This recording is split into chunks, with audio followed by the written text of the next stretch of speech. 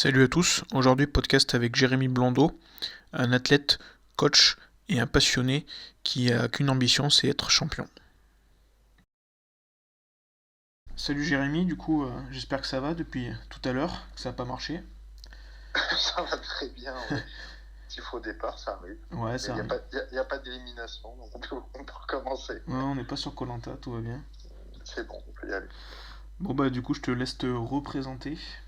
Allez, c'est parti. Donc, je m'appelle Jérémy Blondeau, j'ai 24 ans, je pratique la musculation depuis 10 ans maintenant. Je suis coach dans la vie.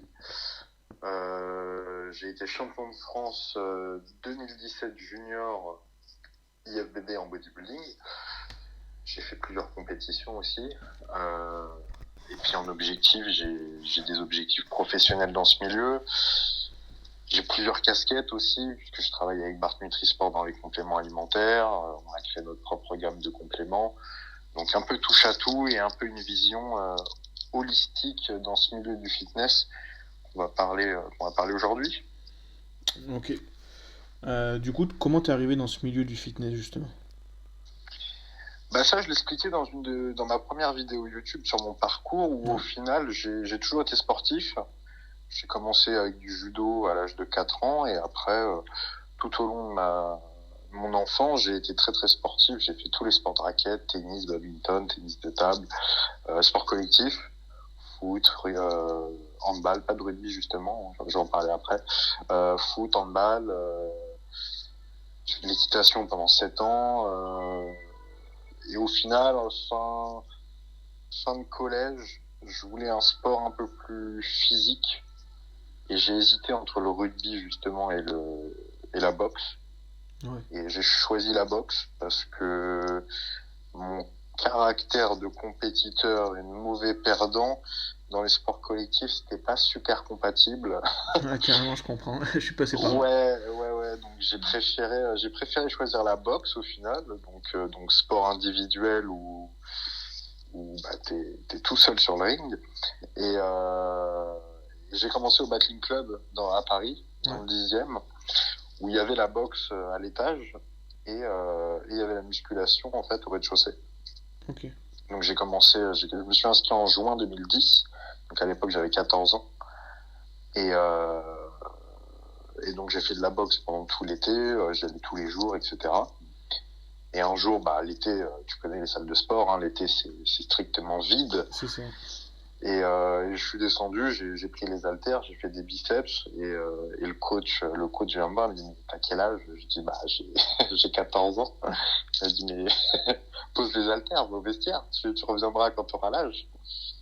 Et au final j'ai commencé en septembre, donc quand j'ai eu 15 ans, euh, avec Fred Monpeau à l'époque, qui Ouais. était le coach de la salle.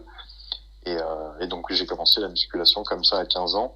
Donc mes premières années, parce que le Battling Club c'était à l'époque, hein, en 2010, c'est plus du tout le milieu du fitness aujourd'hui avec les fitness parks illimités, etc. Ouais, carrément. Le Battling Club il marchait sous forme de jours, c'est-à-dire que tu pouvais venir 2 fois, 3 fois, 4 fois. Donc moi avec la boxe et j'étais encore à l'école, hein, j'y allais que le week-end. Ok. Donc j'y allais le samedi dimanche et donc je m'entraînais le matin en muscu. Alors on va me prendre encore pour un fou, mais j'y allais le matin pour la muscu, donc samedi matin. J'enchaînais avec boxe et je me refaisais une séance de muscu l'après-midi ou le soir. Ah ouais, tu faisais une deuxième séance de muscu. Ouais, donc en gros, je restais samedi dimanche, c'est simple, je restais toute la journée à la salle. Ouais, ça va. De l'ouverture à la fermeture en faisant muscu, boxe, muscu. Donc, je faisais ça samedi dimanche. Et le reste de la semaine, j'avais mes haltères que j'avais achetés chez GoSport, un kit de 20 kilos, et je m'entraînais chez moi en fait, Ouais, avec une paire d'haltères. Ce qui est drôle que j'ai ressorti là avec le confinement, donc retour en arrière de 10 ans. ouais, ça fait Mais, mal. euh, mais voilà, donc j'ai commencé comme ça la première année. Et puis petit à petit, la musculation a pris le pas sur la boxe. La deuxième année, j'étais en illimité, donc là au niveau de la salle. Donc je m'entraînais en musculation 5 fois par semaine environ, après les cours, donc le soir. Et je continuais la boxe quand même 2 à 3 fois dans la semaine. Ok. Et puis à partir de l'été 2000, de l'été 2011, ouais, c'est ça, l'été 2011-2012, j'ai arrêté la boxe complètement pour me consacrer uniquement à la musculation. Et c'est au même moment que Fred Monpont a ouvert sa salle à Vincennes. Et donc, je l'ai suivi à Vincennes. Et là, Et du coup, c'est on lui qui a, te coachait dès le début? ouais, exactement, c'est avec lui que j'ai commencé la musculation. Donc, au Battling Club. Ensuite, il y a eu un petit temps de latence avant l'ouverture de sa salle. Du coup, je m'étais entraîné au Club de la Nation, où lui coachait, donc dans Paris, dans le 20e. Ok. Et après, on est tous allés dans sa salle à Vincennes. Mais Donc, en gros, ouais, t'as c'était quand même été suivi dès le début, quoi. ouais, enfin dès le début. C'est-à-dire que, comme je disais, le milieu du fitness à l'époque, c'est-à-dire qu'il n'y avait pas vraiment de comment ça s'appelle de low cost. Non, il y en avait C'est-à-dire pas que même, ouais. Enfin, dans moi, une salle, il y avait forcément un coach, ouais, il y avait forcément un encadrant. c'est ça. Donc au final, quand tu allais en salle de sport, tu avais toujours plus ou moins un coach. T'étais pas livré à toi-même comme aujourd'hui. Ouais, ça existait Donc, pas, ouais, c'est vrai. il me coachait pas de manière individuelle à chaque séance ou voilà. C'était en fait le coach de la salle sur le plateau Mm. et donc il donnait des programmes à tous les adhérents. Tous les adhérents avaient un programme qui payait pas en plus. C'était fourni dans l'abonnement et c'était le coach plateau de la salle. Donc forcément il m'a pris sous son aile et tout parce que j'étais plus jeune. Ouais. Euh, donc on a commencé avec toute une petite équipe. Surtout que l'ambiance au Battling Club a été une des meilleures ambiances que j'ai connues puisqu'il y avait le grappling et le MMA. Parce que le Battling Club est fait avec un tapis central où il y avait de la lutte. Donc maintenant je crois c'est fini ça. Mais donc il y avait tous les gars qui faisaient du grappling. Voilà, c'était vraiment une très très bonne ambiance. C'était une ambiance avec du recul, comme à l'époque dans les années 70 où tout le monde venait s'entraîner, on se vannait, voilà quoi, c'était le spectacle. Mais on s'entraînait dur, hein, mais ça nous empêchait pas de passer des très très bons moments et de pas se prendre la tête quoi. Ouais, mais c'est mon souvenir aussi parce que j'ai attaqué en même temps que toi en 2010. C'est le Ouais, souvenir que j'ai aussi, tu vois. C'était un coach sur le plateau, comme tu dis, mais qui était plus. Enfin voilà, il faisait pas de programme spécifique à une seule personne. C'était vraiment convivial. Tout le monde se tirait un peu la bourre tout en étant une bonne ambiance et tout. Et ouais, ça a complètement changé que depuis. Avec les Basic Fit notamment, les fitness parks et tout ça, quoi. là, le milieu du fitness de toute façon a évolué, hein, Ouais, complètement. beaucoup beaucoup évolué. Mais c'est vrai que ouais, dans mes premières années, moi j'ai été éduqué avec cette mentalité de partage et de passion surtout. Ouais, On venait parce qu'on aimait s'entraîner, on aimait passer un bon moment et qu'on était là pour s'entraîner entre potes, mais pour s'entraîner avant tout. C'était vraiment quand il y avait un gars qui allait faire une performance ou un squat lourd ou un soulevé de terre, tout le monde l'encourageait quoi. C'était vraiment bon esprit, bonne entente et bon esprit surtout. On n'était pas là avec nos téléphones à se dire ouais, c'est clair. limite on espère qu'il va se la prendre dans la gueule. Parce qu'aujourd'hui c'est ça en fait. Ouais, c'est exactement ça en plus, ouais. C'est un peu le Donc problème. donc voilà comment j'ai commencé au final, ça s'est fait. Mais c'est vrai que j'ai toujours été attiré par la musculation. Euh, Parce que j'ai toujours été attiré par les super-héros, avec Batman, avec Batman, tous ces physiques super développés, avec Dragon Ball Z. ouais. Ouais, Ça, bah. ça a bercé mon enfance. Donc avec Hercule chez les Disney. Ouais, ouais, je me rappelle aussi, c'était. Ouais. Donc c'est vrai que tout ça, au final, inconsciemment, ça a construit une image du physique masculin développé, quoi. Ouais. Mais t'as pas, genre, comme beaucoup, Arnold ou Jean-Claude Van Damme, c'est plus des Non, super-héros bah virtuels, non, on va dire. parce que sur ces modèles-là, par exemple Fred lui, son modèle, Ouais, c'était Rocky, ouais, c'était Rambo, mais parce que Fred, il avait l'âge de mon père, donc c'était un quarantenaire. Mais moi, j'avais 14 ans, donc 14 ans, je suis né en 95. Arnold, je le connais plus en tant que gouverneur qu'en tant que bodybuilder. ouais, c'est ça. Van Damme, pareil. Van Damme, je le connais plus parce qu'on se foutait de sa gueule, plutôt que en tant que pratiquant d'arts martiaux. Bah Donc, même moi, je sais pas toi, mais la première fois que j'ai vu les photos de Jean-Claude Van Damme sur une scène de bodybuilding en Belgique, j'ai halluciné quoi. Je me suis dit mais c'est pas vrai, c'est pas possible que c'est. ah non, tous ces gars-là, c'était des vrais athlètes, hein, Ouais, ouais. Ouais, mais, comme tu dis, on les connaissait pas au départ nous comme des. Enfin voilà, pour bah nous ouais, c'était ouais, l'acteur, comme tu exactement. dis, qu'on se foutait de Donc, sa gueule. non, moi, bah, en faisant de la boxe, les physiques que j'aimais, c'était des physiques qui, avec du recul, euh, c'était des Ouais. physiques très très maigres en fait, parce que je suis pas très grand, je fais 1m73 à peu près, donc pour m'identifier par exemple à Arnold, j'ai jamais réussi à m'identifier à Ouais, lui. bah oui, déjà avec C'est la c'est taille. un mec qui fait 1m88, 1m90, c'est pas possible de m'identifier à Ouais, lui. c'est clair. Donc non, j'avais plus comme inspiration Mayweather par exemple. Floyd Ah ouais. Mayweather en boxe, Ouais, mais là c'est maigre. euh, mais physiquement, Ouais. bah oui, c'est sûr que c'est un poids plume, hein. Ouais, ouais, Mais c'est. j'ai commencé la musculation, je faisais 57 kilos. Oui, oui, bah oui, puis bon, à 14 ans, tu peux pas non plus. Donc non, moi j'ai toujours été léger, pas mince, pas mince au sens maigre, Hmm. léger. J'ai toujours été un peu plus volumineux, donc visuellement par rapport à mon poids de corps, même à l'heure actuelle. Mais oui, j'ai commencé la musculation, je faisais 1m70 pour 57 kilos. Donc j'étais un tout petit gabarit. Donc c'est sûr que c'était difficile de comment de prendre comme exemple des mecs comme Arnold qui faisait 1m90, 110 kilos. Enfin, je sais pas combien il pèse Arnold, mais il doit être aux alentours, oui, des 100 kilos. Et, euh, Moi, je et crois ce pas qui est qu'il soit monté drôle, à 110 en ouais, compète. Je crois pas. ouais, je pense à peu près. Ce qui est drôle, c'est que euh, donc j'ai commencé donc réellement la musculation en septembre 2010 et euh, et Fred m'a pris comme modèle pour illustrer le monde du muscle pour un article sur comment prendre de la masse. Ah ouais? En 2010 Donc déjà? ouais, en 2010 parce qu'en fait je servais de modèle, j'ai encore les photos, j'ai encore le magazine et et ce qui est drôle c'est que ouais je suis rachitique quoi par rapport en fait aux gars que tu pouvais voir dans des flex, dans Ouais, des bah. musclés fitness. Et surtout, c'était septembre, donc c'était, je crois, l'édition qui parlait du pré-Olympia. Donc ça présentait un peu les athlètes qu'il y avait à Olympia. Ouais, ouais, Donc le tu vois, contraste.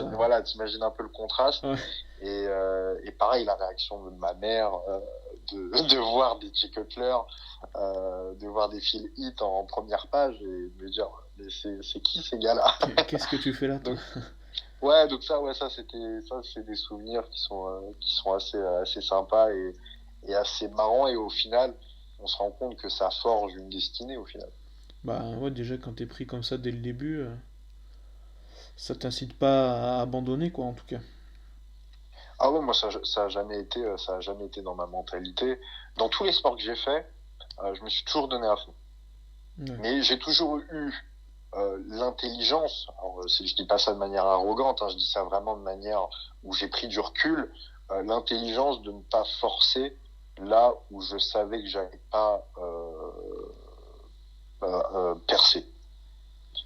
Donc c'était vraiment quand je chantais que j'étais pas fait pour ça, j'allais pas forcer. Ouais, Donc à part peut-être pour l'équitation où là j'ai arrêté parce que j'en faisais chez mes grands-parents et qu'à un moment bah tu vas chez tes grands-parents pour euh, pour les vacances scolaires et à un moment tu grandis tes grands-parents tu vas plus les voir à chaque fois que tu es en vacances. ouais, ouais.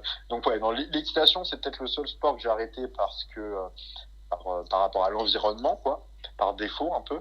Mais sinon tous les autres sports je les ai arrêtés parce que voilà, je voyais bien que c'était pas spécialement fait pour moi. Mais je me suis toujours donné à fond et j'ai toujours été compétiteur. Et quelle que soit la compétition, même si demain on va faire je sais pas moi, un ping-pong ensemble, ouais, je vais vouloir gagner et je veux gagner le tournoi de ping-pong. Donc ouais, moi ça a toujours été dans ma mentalité, ça depuis tout petit et depuis toujours. Et Oh, c'est mais assez, c'est une bonne chose, ça. bah, c'est vraiment ce qui m'a forgé mentalement et ce qui me forge tous les jours aujourd'hui, c'est que mon rêve, ça a toujours été d'être un champion. Et en fait, la phrase s'arrête là.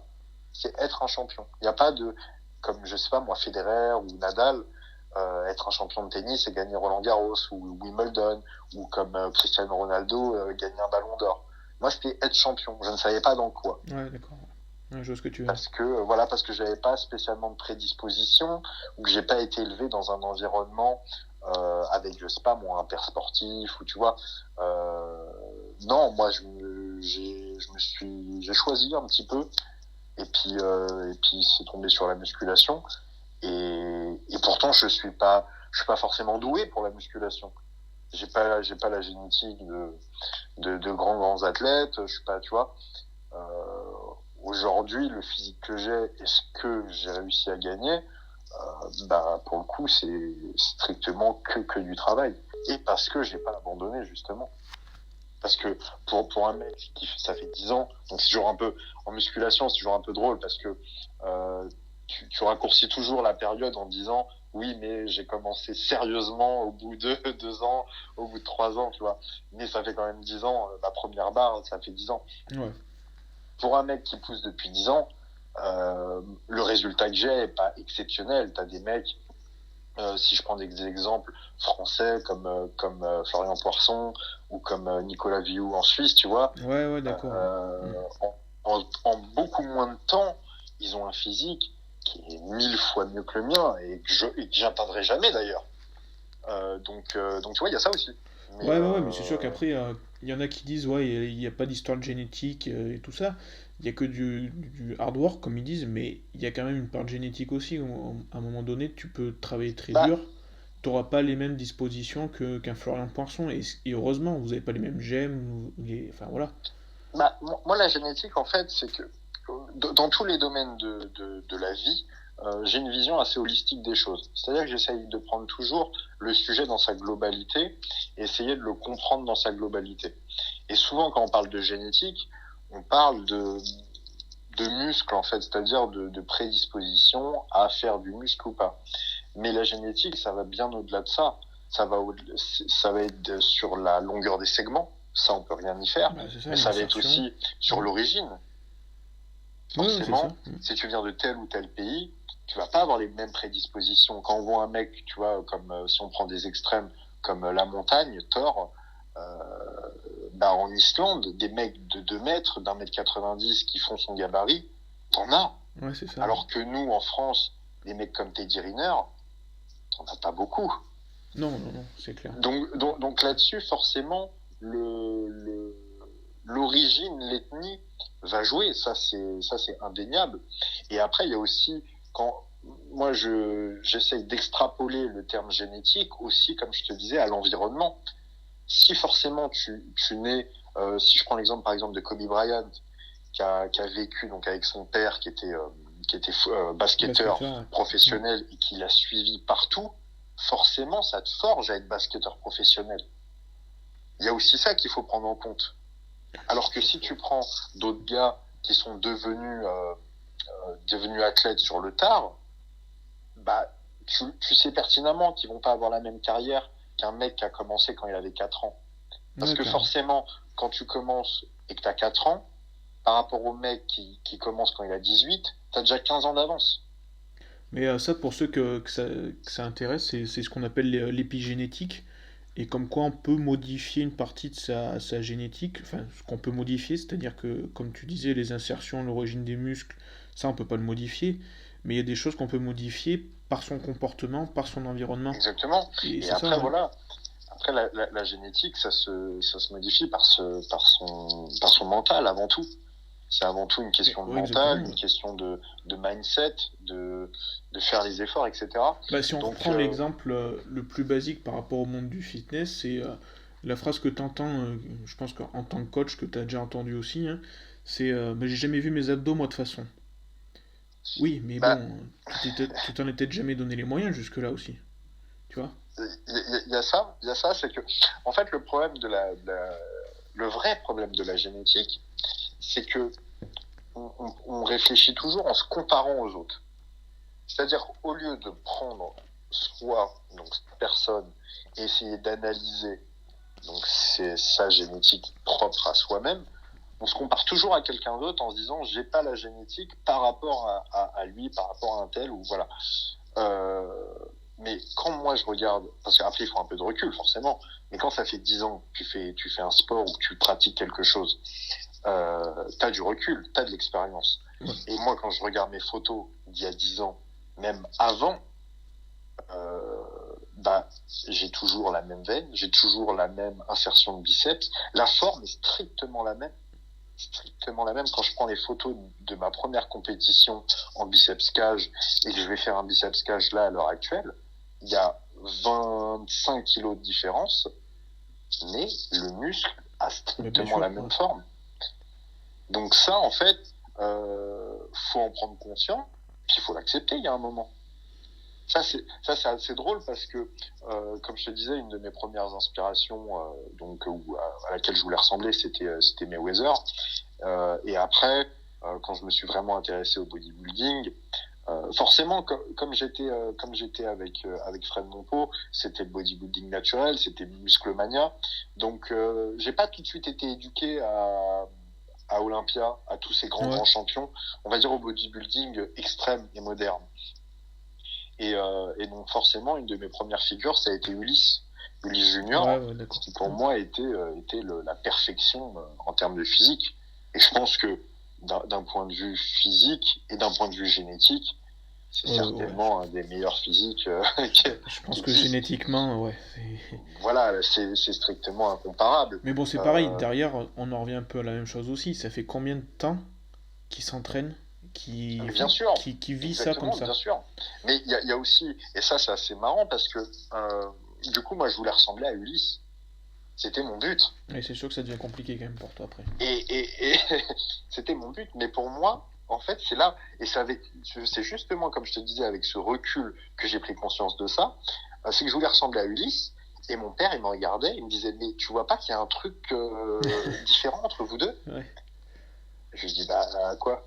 Il me dit, mais tu vois pas que c'est un black avec des dreadlocks, tu vois? Tu vois pas qu'il y a une différence? C'est comme si, moi, demain, je voulais être Thor, la montagne, ou je voulais être Teddy Riner, tiens. Encore pire. Mais... J'ai rien en commun avec lui, à part qu'on est français. Sauf que être français, ça va pas me faire devenir 1m90, 140 kilos, et voilà.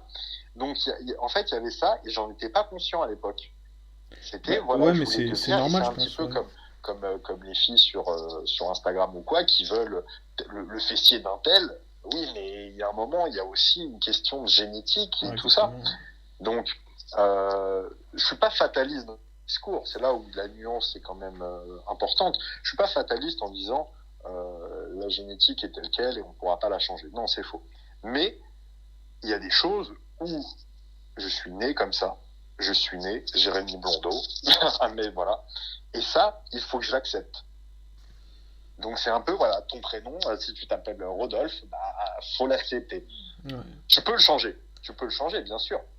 Mais à la fois, la naïveté du débutant aussi, ça t'a peut-être permis de suivre plus inconsciemment Fred Monpeau et tout, tu vois.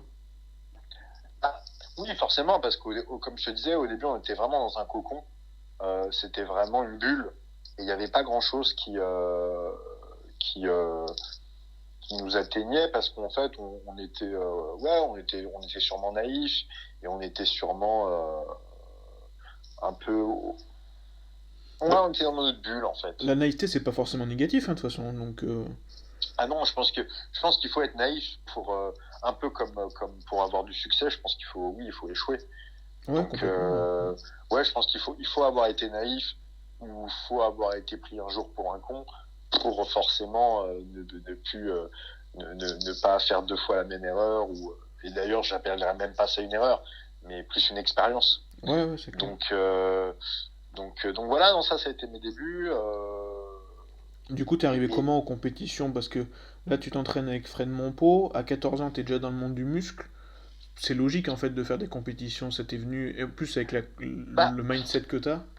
En fait, c'est pas venu tout de suite. C'est-à-dire que ça a été un petit peu un concours de circonstances, ou c'est le cas de le dire, où en fait, du coup, je commence la musculation fin troisième, Ouais.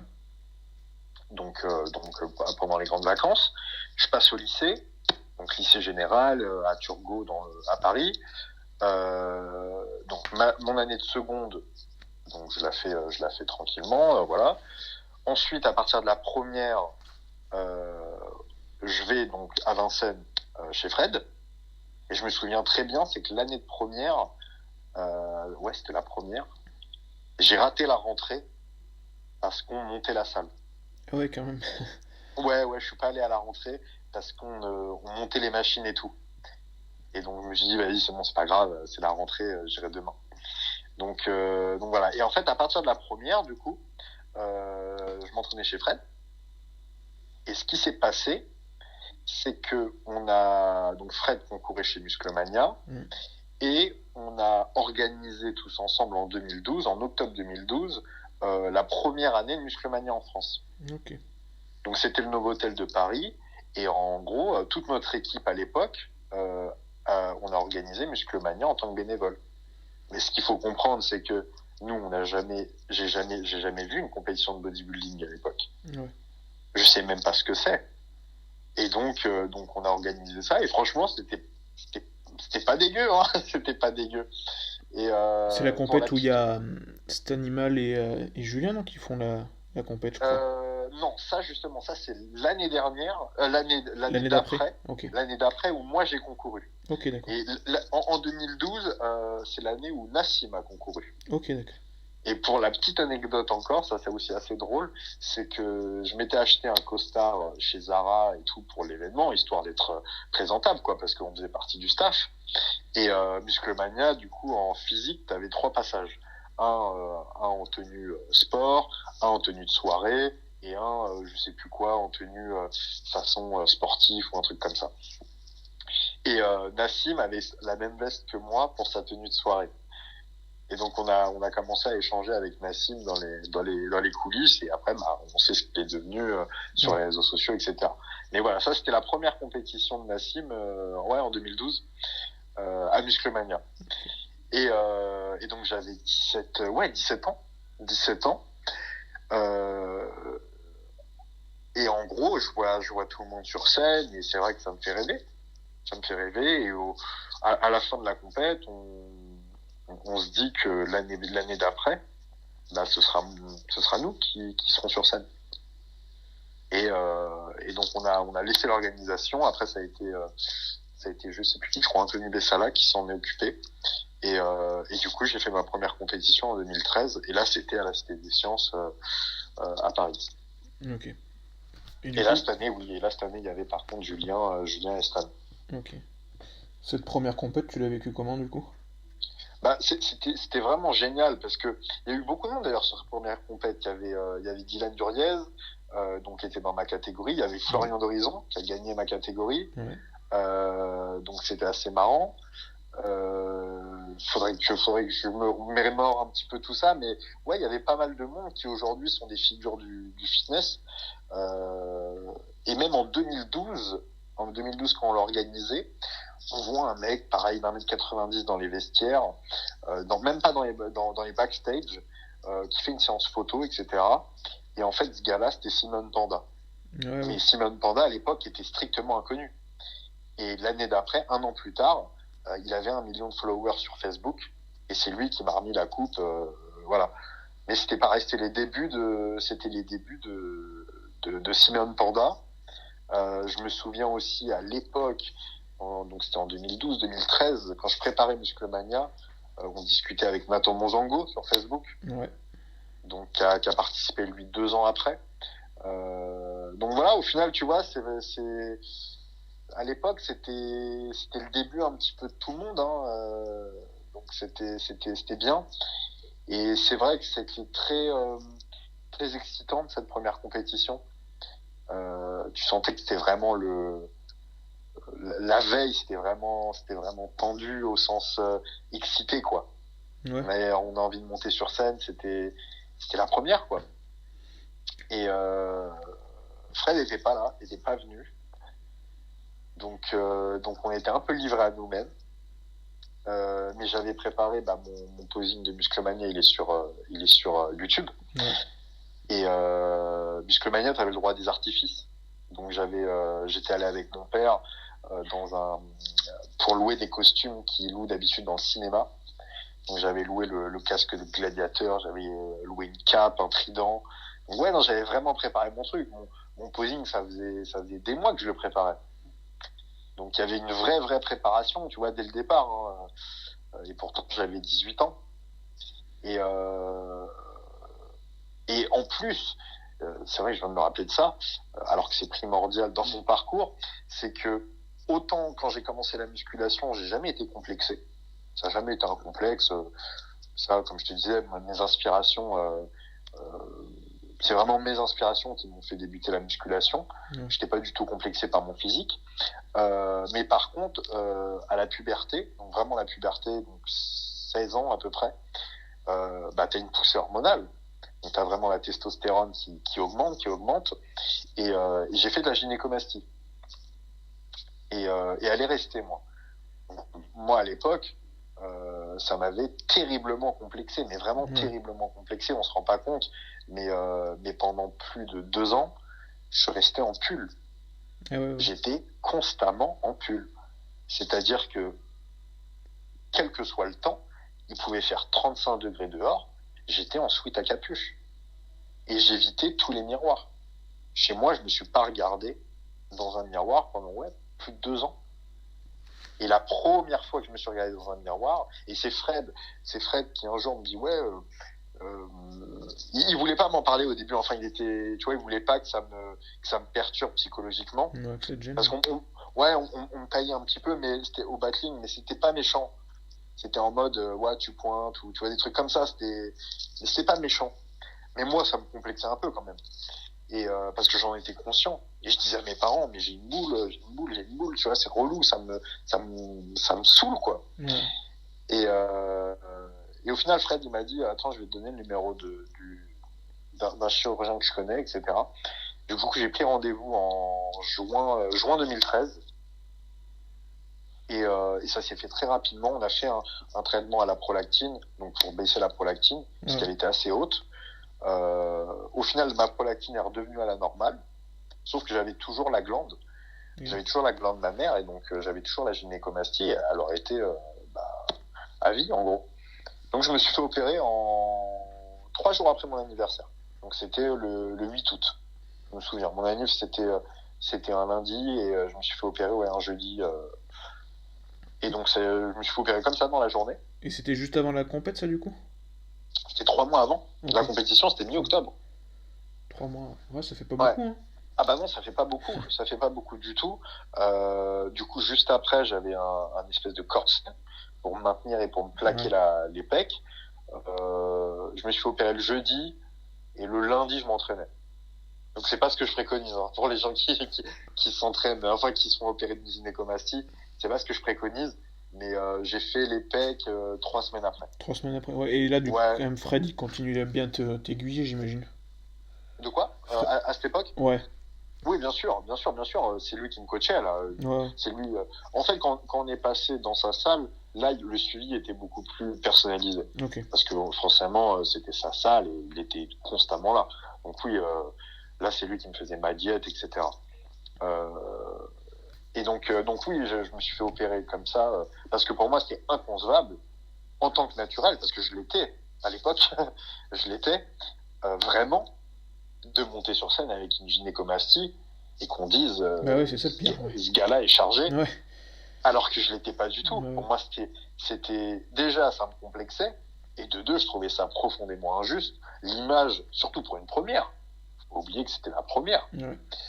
Donc voilà, il y avait ça, et donc je me suis fait opérer 3 mois avant, et je suis monté sur scène, tout était bien cicatrisé, pas de soucis, et à l'heure actuelle, c'est totalement invisible. Si je te le dis pas, tu le sais pas. Ouais, carrément, parce que là, je suis sur ton Instagram, je vois tes pecs. En fait, tu le sais, tu le vois, si vraiment tu connais le domaine, moi par exemple je le connais très bien, donc forcément quand un mec s'est fait opérer ou qu'en a une, je le sais tout de suite, je le vois, mais tu le vois quand je lève le bras. Quand je lève le bras, en fait, au niveau du pec, mon pec a pas de continuité. Il y a une espèce de trou au niveau du téton. Et donc voilà, c'est le seul moment où tu peux le voir. Dans toutes les poses en biceps cage, Ouais, parce que là, je suis sur un biceps cage, ça se voit pas. Donc, biceps cage, tu le vois pas du tout. ouais. La cicatrice est parfaite. D'ailleurs, en boutique, quand j'étais en boutique, j'ai conseillé un client d'aller à mon chirurgien, etc. Il s'est fait opérer. Donc, ouais, c'est totalement invisible et comme je te dis, si je te le dis pas, c'est pratiquement impossible de le savoir. Donc ça, c'est voilà, c'est le petit secret, Ouais. petit secret du jour. Donc ouais, dans Musclemania, expérience vraiment, vraiment superbe. Il y avait mes parents, il y avait tout le monde, quoi. C'était vraiment, c'était sur Paris. Donc forcément, les gens que je connaissais étaient venus me voir. Et puis Musclemania, faut aussi le remettre dans le contexte à l'époque. C'était un vrai show. Ouais, c'était un show. C'était le show. C'était vraiment le show, quoi. C'était un grand spectacle. C'était super prestigieux, hein, Musclemania. Donc le côté sportif et être pro Musclemania était, je vais pas dire aussi important qu'être pro IFBB, mais sur les réseaux sociaux et même dans l'inconscient des gens, être pro Musclemania, ça avait une valeur exceptionnelle. Julien Claguierini, Stan et tout. Dans Stan, je sais pas s'il est devenu pro Musclemania. Ouais, je crois pas. Mais Julien l'était. Voilà, c'était des références, quoi. Donc, pareil avec Anthony Bessala, Bernard Isogola, quand on voyait les gars, parce que Musclemania, c'est une organisation américaine. Donc forcément, tu avais aussi tout ce côté international. Donc quand tu voyais des Fred Monpeau, des Anthony Bessala aller à Miami, aller à Vegas, Ouais. ça te faisait rêver, forcément. Ouais, puis c'est vrai qu'il mettait les formes, quoi. Ah ouais, non, franchement, c'était un vrai show. C'était un show d'escroc, mais c'était un vrai show quand même. Ouais. Donc, ouais, mais à l'époque, quand tu regardes, tu fais la comparaison avec les shows de l'IFBB en France, rien à voir. Ça fait un peu plus de la peine quand même. Ah, l'IFBB, ça a toujours été dans des gymnases, dans des gymnases, ouais, c'est ça. Franchement, moi j'ai eu de la chance, mais on va dire l'année où j'ai été champion de France à Biarritz. À Biarritz, ouais, c'était beau, là. C'était super. Mais c'était l'année d'avant, on était à Berck, je crois, dans le Nord, et c'était dans le stade de basket. Donc avec les lumières, avec la verrière, avec les lumières du jour. La vidéo, elle est sur YouTube, pareil, en 2016. La lumière, waouh, c'est quelque chose. On faisait une compète limite dehors, en plein jour. Ouais. Donc rien à voir. Ouais, c'est vrai que comparé avec Musclemania, c'est... Ouais. Donc au final, ouais, non, dans mon parcours, il y a eu Musclemania. Et donc fin du lycée, j'ai le bac d'un point, parce qu'en fait, j'allais plus du tout en cours. Je faisais que de la musculation. J'étais vraiment toute la journée à la salle, j'allais m'entraîner, après on discutait, je restais, ensuite je coachais des gens bénévolement, comme ça, parce que c'était ma passion. Ouais, depuis 18 ans, même avant, depuis 16-17 ans, je coachais des gens. Ok. Et donc je faisais ça bénévolement et j'allais plus en cours. C'était simple, le matin, si le réveil sonnait et que je me levais, j'allais en cours. Sinon, j'y allais pas. Donc vraiment, mon année de troisième, ouais, c'était mon année de terminale, pardon. Ouais. Ça a été absentéiste total. Donc je réussis quand même à avoir le bac. Je suis pris en STAPS, malgré tout. Donc l'insolence totale. Mais je décide de pas le faire. En fait, je décide vraiment de me focaliser sur la musculation et sur devenir coach. Donc devenir, que ça devienne mon métier. Donc, je décide de faire le BPGEPS, et le BPGEPS, ça a commencé qu'en mars 2014. Ouais, 2014. Okay. Donc, en gros, donc, il y a eu le bac en juin 2013. Ensuite, j'ai fait la compétition en octobre 2013. J'ai enchaîné avec des petits boulots, etc., jusqu'à commencer la formation du BPGEPS en mars 2014, où j'ai été diplômé après début 2015. Ouais, tu vois, ça s'est enchaîné comme ça, en fait. Ça a été, moi, à la base, je voulais pas du tout, enfin, c'était pas mon but d'être coach. Je voulais être avocat. Ah oui, d'accord. Tu vois, j'étais pas du tout prédisposé à faire ce type de parcours. Mais ça s'est présenté comme ça à moi. Et au final, bah, aujourd'hui, j'en suis très très heureux, quoi, parce que c'est ma passion, je vis de ma passion. Et comment tes parents et tes profs de l'époque, ils ont, entre guillemets, vécu le fait que tu passes de terminale à BP GEPS? Bah, ce qu'il faut comprendre, c'est que, comme je te disais, dans ma mentalité, j'ai toujours été enfin, je suis toujours un gagnant, en fait, et je suis très solitaire et indépendant. Et là-dessus, par rapport aux cours, au lycée, forcément, tes parents, ils sont derrière toi, ils essayent quand même de faire un peu la police, quoi, de regarder tes notes, voilà. Et moi, j'ai été clair, en fait, avec mes parents, et j'ai dit clairement à ma mère, tu me laisses gérer. Tu t'occupes pas de mes notes, tu me fais confiance, fais-moi confiance, tu me laisses gérer. Et donc, à partir de 14 ans, je faisais ma nourriture tout seul. Forcément, j'avais pas de rentrée d'argent, donc mes parents m'achetaient des courses. Ouais. Mais en fait, je faisais déjà tout seul. Donc, j'avais ma diète, je préparais à manger tout seul, je gérais mon emploi du temps tout seul. Donc voilà, j'ai été indépendant, pas autonome, mais indépendant, euh, très vite tout seul. Donc ma mère au début et mes parents sur la première année de musculation étaient quand même allés voir Fred, voilà, histoire de voir si j'étais bien encadré, mais comme Fred, comme je te disais, avait l'âge de mon père, c'était pas un petit jeune, quoi. Donc oui, j'étais bien encadré. Et au lycée, bah moi j'avais mes gamelles. C'est-à-dire qu'à 10 heures, je mangeais mon poulet en tranches. En cours, sur des pauses quand il y avait des cours de 2 heures et qu'on faisait une micro-pause au bout d'une heure, je sortais ma gamelle, je mangeais. Alors j'ai toujours été correct, hein, j'ai toujours, au début de l'année, présenté mon projet, entre guillemets, au professeur en lui expliquant que voilà, j'étais sportif et que j'avais une diète à suivre et que quoi qu'il arrive, je mangerais, quoi. Ouais. Et aucun prof ne m'a jamais dit non, ou tu vois, c'était ok, t'essayes de t'adapter, par contre. Et je me suis toujours adapté. C'est aussi ça qui m'a forgé aujourd'hui sur sur ma pratique et en tant que coach, où je m'adapte constamment parce que j'ai très vite été dans dans cette adaptation constante, et Ouais, bah, toujours ouais, t'as pas le choix, de toute avec façon. avec ce regard des autres aussi. Forcément, t'es un peu le mec différent. J'avais écrit un article là-dessus, c'est qu'au début, quand tu commences la musculation, bah tu ressembles à rien. Donc tu fais tout parce que il n'y a pas de secret. Ce que je fais aujourd'hui, je le faisais aussi il y a 10 ans. Ouais, Je c'est ça. mange 6 fois par jour, je m'entraîne 2 heures par jour, etc. Sauf que les résultats, ils viennent pas du jour au lendemain. Donc c'était un peu le mode de vie d'un professionnel avec le corps d'un enfant. Ouais, mais c'est sûr que ouais, pour les gens, c'est compliqué. Enfin, Donc ils voilà, peuvent pas comprendre, je ça pense. c'était Ouais. un peu compliqué à comprendre, il fallait être fort mentalement, il fallait être fort par rapport au regard, par rapport pas aux critiques, mais plus au questionnement, à l'interrogation.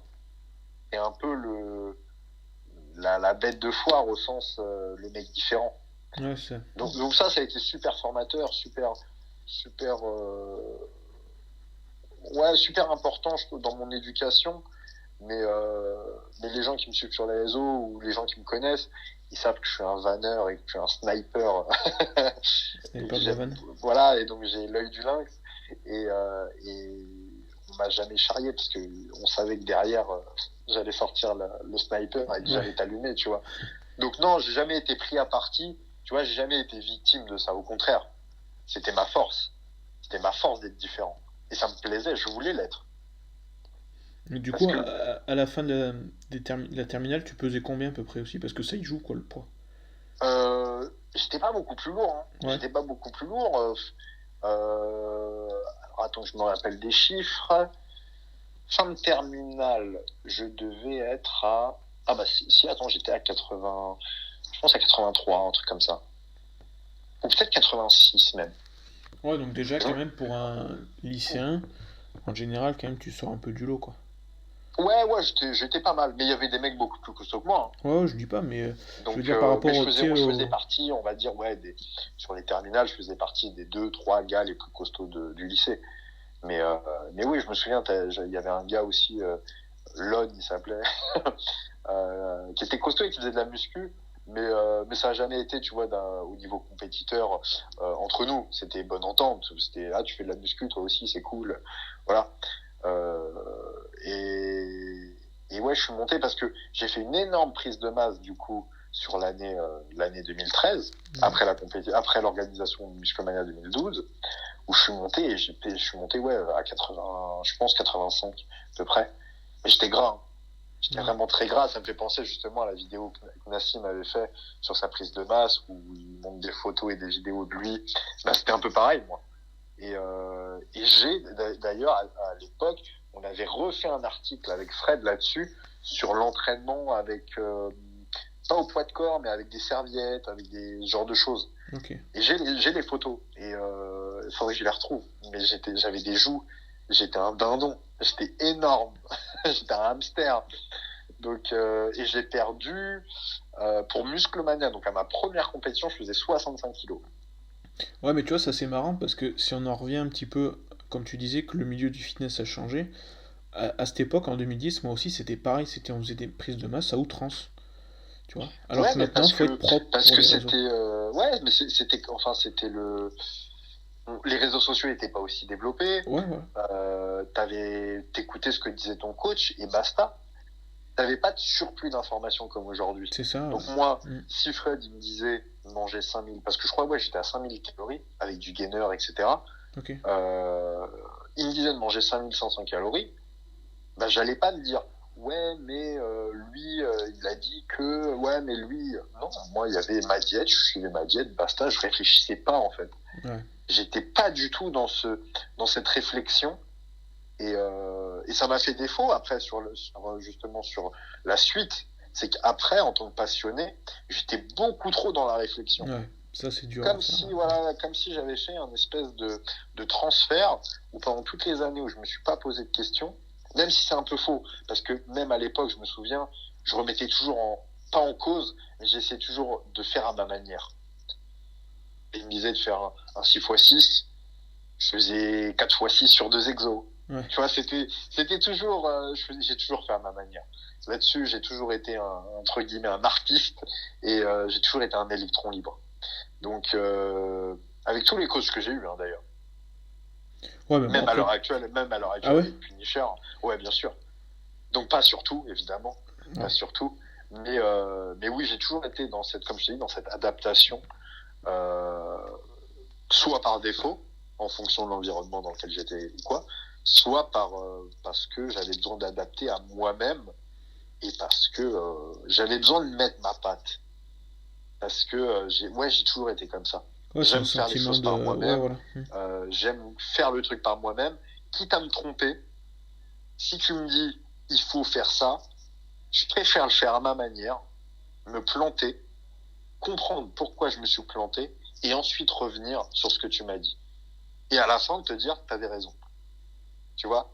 Mais suivre le plan bêtement, alors c'est vrai que là, c'est un peu, faites pas ce que je dis, quoi. Ah ouais, mais Mais, complètement. ouais, moi, personnellement, j'ai toujours été comme ça. Donc c'est ma nature, je le sais, je suis comme ça. J'essaye pas d'aller contre. Alors des fois, pour, pour, euh, pour le bien de ma progression et tout, j'écoute et je fais et je comprends par moi-même. Mais c'est assez rare.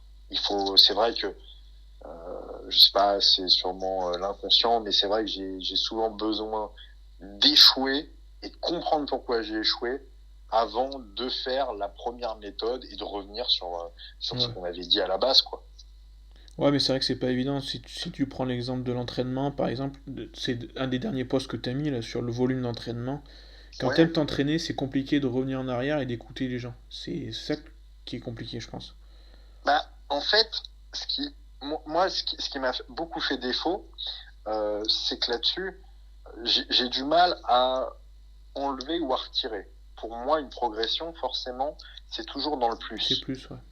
Sauf que, avec le temps et en côtoyant d'autres milieux, notamment le milieu du luxe et de l'horlogerie et tout, parce que je suis passionné de ça, tu te rends compte que les choses les plus simples, visuellement, comme je disais dans le post la dernière fois, visuellement, au final, c'est les trucs les plus sophistiqués.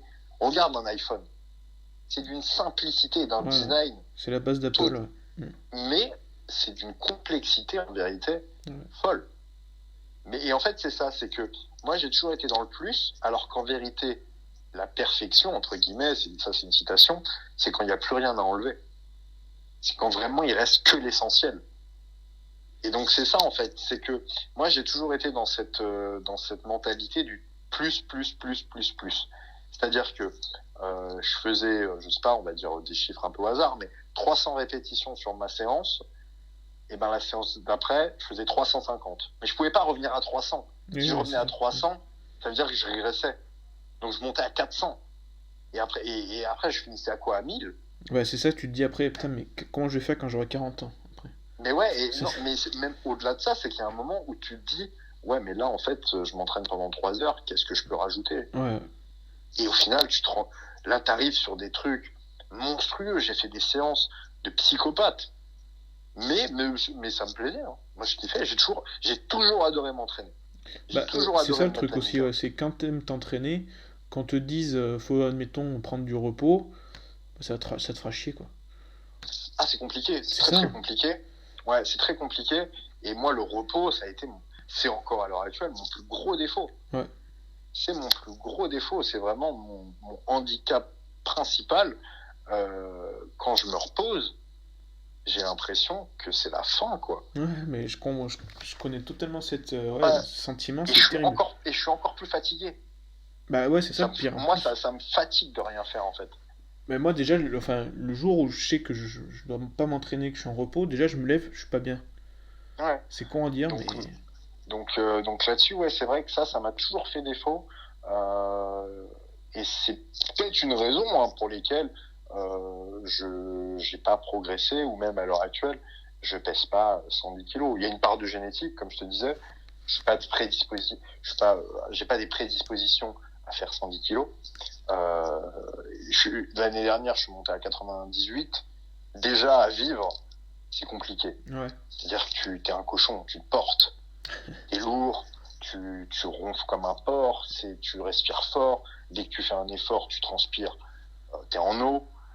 C'est compliqué, ouais, c'est compliqué. Donc déjà, quand je vois des bodybuilders de 120 kilos sur scène et qui font ma taille, Ouais. je me dis mais et je me pose cette question, je me pose réellement cette question quand je vois des mecs comme Rolly Winkler et tout, je me dis mais comment son cœur, comment ce gars-là est encore en vie, comment il arrive encore à respirer. Et ça, on s'en rend pas compte, mais pour moi, c'est vraiment une autre galaxie. C'est même pas, ouais, c'est un, c'est un autre univers, quoi. Après, Donc, ouais, ils vivent ils vivent à fond, quoi. Tu peux pas leur, enfin, ah non, moi c'est là-dessus, comme pour le je suis repos, tu vois. admiratif. Ça va être compliqué pour eux de leur dire, je pense, ouais, de faire le chemin inverse, quoi. Tu vois, c'est. Bah, c'est là où il faut rentrer dans une logique professionnelle, faut rentrer dans cette logique de progression et qu'il faut faire ce que t'aimes pas forcément. Moi, ce que j'aime pas, c'est me reposer. Ouais. Donc, ce qu'il faut que je fasse, c'est me reposer. C'est souvent ça, et souvent, ça c'est assez rare, les cas comme ça, où forcément, ou c'est souvent sur les cas, ou sur les gens qui veulent trop bien faire. Ils sont vraiment dans le trop bien faire, et Ouais, donc dans au le final, perfectionnisme. Ouais. ouais, ils passent un peu à côté. Sur des gens un peu plus laxistes, au final, bah, C'est plus facile pour eux, ouais, je pense. bizarrement, c'est plus faire des efforts. Donc, c'est-à-dire que le gars aime pas faire des efforts, donc forcément, il doit faire l'inverse, donc il doit se bouger le cul. Ouais. Mais du coup, le moindre effort qu'il va faire aura des bénéfices. C'est ça le truc, c'est que il fait pas beaucoup d'efforts, mais quand il en fait, ça marche. Ouais, mais c'est vrai en plus que tu dis. Ouais. Donc ouais, c'est vrai que ça c'est un peu paradoxal. C'est un peu paradoxal aussi, c'est que quand tu veux trop bien faire, quand t'es trop passionné, de toute façon l'extrême, quel qu'il soit, est très très mauvais. C'est ça. Et ça, voilà, comme je te dis, ça c'est avec le recul que je m'en rends compte. Euh, dans ma famille, mon grand-oncle, c'est un peintre. Et quand j'ai commencé la musculation, il fait de la sculpture, etc. Et quand j'ai commencé la musculation, il m'avait dit une phrase. Il m'avait dit, sois pas dans le trop. Mais il m'a pas dit, tu vois, il m'a pas dit, sois pas trop musclé, non. Il m'a dit, sois pas dans le trop, au sens dans l'excès. Il m'a dit, il faut toujours que tu sois dans l'équilibre. Et moi, à l'époque, comme je te dis, j'avais 14 ans, 15 ans, donc ça, c'est des genres de phrases. Ça glisse. Tu passes à côté. Ouais, tu passes à côté, quoi. Mais avec du recul, il était dans le mille. C'est le cas de le dire, il était pile dedans, quoi. Ouais. C'est l'équilibre, en fait, qui va faire, parce que moi, je vois la musculation, comme un triangle. Et ça, je l'ai toujours expliqué à mes élèves ou expliqué avec les gens que je côtoie. La musculation, pour moi, c'est l'entraînement, la diététique et le repos, l'hygiène de vie. C'est un triangle. Et donc, tu peux réussir en ayant deux de ces trois qui vont être pas trop mal. Mais pour avoir un triangle équilatéral, il faut que les trois soient au top. Ou que les trois soient moyens. Mais si tu t'entraînes comme un fou et que tu manges pas correctement et que tu dors pas, bah en fait tu te fais juste plaisir sur le moment présent. Ouais, et ça va être pareil pour chaque pilier. La diététique, si tu t'entraînes pas mais que tu manges très bien, bah t'es juste un mec qui mange sain. C'est bien pour ta santé. Ouais, c'est déjà ça. Tu deviendras jamais bodybuilder. Et voilà, et à défaut, si tu profites de la vie et que tu es équilibré dans ta vie sociale, ce qui est une très bonne chose, pour moi c'est super. Mais tu t'entraînes pas et que au niveau diète ça suit pas, bah t'es juste un mec cool, quoi. Donc voilà, être bodybuilder, c'est réussir à être équilibré sur ces trois piliers. Et ça m'a toujours fait marrer. C'est quand on essaye de donner des pourcentages à ces piliers. On a toujours parlé des 70% diète. Ça, moi, j'ai toujours dit, c'est des conneries, les gars. C'est 100% pour tout. 100% l'entraînement, 100% la diète, 100% le repos. Et si tu te reposes, voilà, tu te reposes vraiment, quoi. Donc, et si tu profites vraiment. C'est vrai que pour le coup, je suis un peu dans cette mentalité du tout ou rien. Donc avec l'âge, même si je suis pas très vieux, hein, mais tu connais mon surnom de Papy Jérém, parce que voilà, au niveau mentalité, c'est vrai que je suis un peu vieille école, mais avec l'âge, tu te rends compte que évidemment qu'être équilibré dans sa vie sociale, ne pas s'enfermer dans cette bulle que beaucoup s'enferment, surtout au début quand t'es débutant, parce que tu veux trop bien faire. Parce que t'es passionné, parce que tu vis pleinement ta passion, bah, au final, être équilibré dans sa vie sociale et sortir de ça, c'est super important et ça t'aide beaucoup plus à progresser que d'en faire davantage dans l'entraînement, par exemple, ou d'être trop strict sur sa diète. Il faut un temps pour tout. Ouais. Et ça, quand tu fais de la compétition, tu le comprends. C'est que quand tu fais de la compétition, c'est pareil. Le bodybuilding, c'est un sport de paradoxe. Quand tu es en prise de masse, tu as hâte d'être sec et d'être en prépa. Quand tu es en prépa, tu as hâte de remanger 5000 calories. Voilà, c'est toujours un peu, tu n'es jamais content réellement et tu profites jamais du moment présent. Et ça, c'est dommage parce que on prend pas ce recul nécessaire. Et on profite pas du processus. Ça, c'est des phrases qu'on entend beaucoup sur les réseaux sociaux. Profiter du processus, profiter de chaque étape, profiter du moment présent, etc. Donc c'est des phrases un peu bateau qui ont perdu de l'impact. Parce qu'on les répète tellement qu'au final ça perd de son sens. Ouais, mais si tu réfléchis bien, c'est des mecs qui ont de l'expérience qui te disent ça aussi en général. C'est ça, c'est que moi, en parlant avec... parce que je suis très ouvert. On peut parler de tout avec moi. Je suis très ouvert et je m'intéresse réellement avec les gens avec qui je parle. Parce que ça me fait de l'expérience. Parce que quand tu es coach, on va pas t'apprendre tous les cas de figure et toutes les possibilités suivant les personnes. C'est impossible, il y en a des milliards. Donc tu apprends sur le tas, tu apprends en discutant, en t'intéressant. Avec cette personne, j'ai testé ça. Toi, tu as un peu le même profil, on va tester ça. Et puis après, on va l'adapter. Il me faut quand même une base. Donc au final, parler avec plein de monde, m'intéresser à plein de gens, ça me donne après moi des idées et ça me crée un bagage supplémentaire. Donc c'est vrai que, mais je me rends compte que il y a un peu des périodes où les gens, quand ils commencent, donc on va dire 1 an, de 0 à 2 ans, après t'as les confirmés de 3 à 5 ans, et puis à partir de 5 ans, t'es déjà un petit peu dans ce concept de compétition, mais t'es encore dans la bulle, tu vois. Et après, passer 7 ans, 10 ans, là, tu commences à prendre du recul, à lever le pied, au sens, pas lever le pied, au sens te ramollir, non, à être moins psychorigide, à vraiment te dire, si j'ai plus de riz, c'est pas grave, je mettrai des pommes de terre. Tu vois, c'est la même chose, on s'en fout.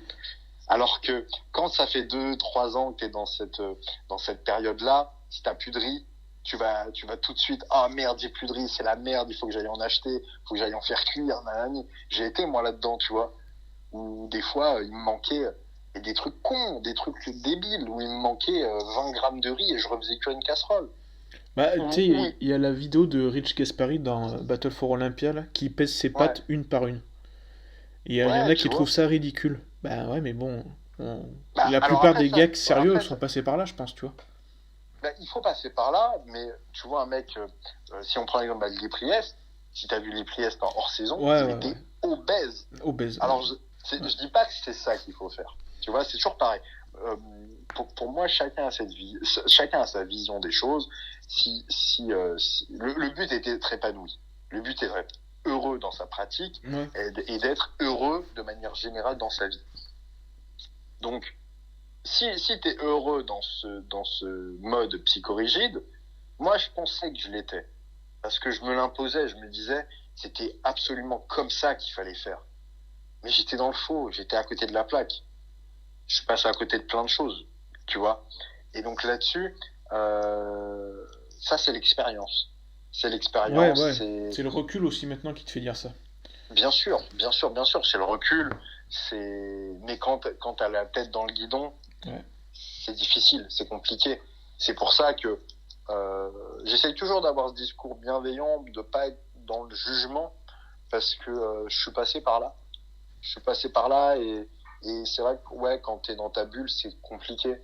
Donc à l'heure actuelle, moi j'ai toujours mes gamelles sur moi et tu vois, ça fait partie de ma vie, ça fait partie de ma vie.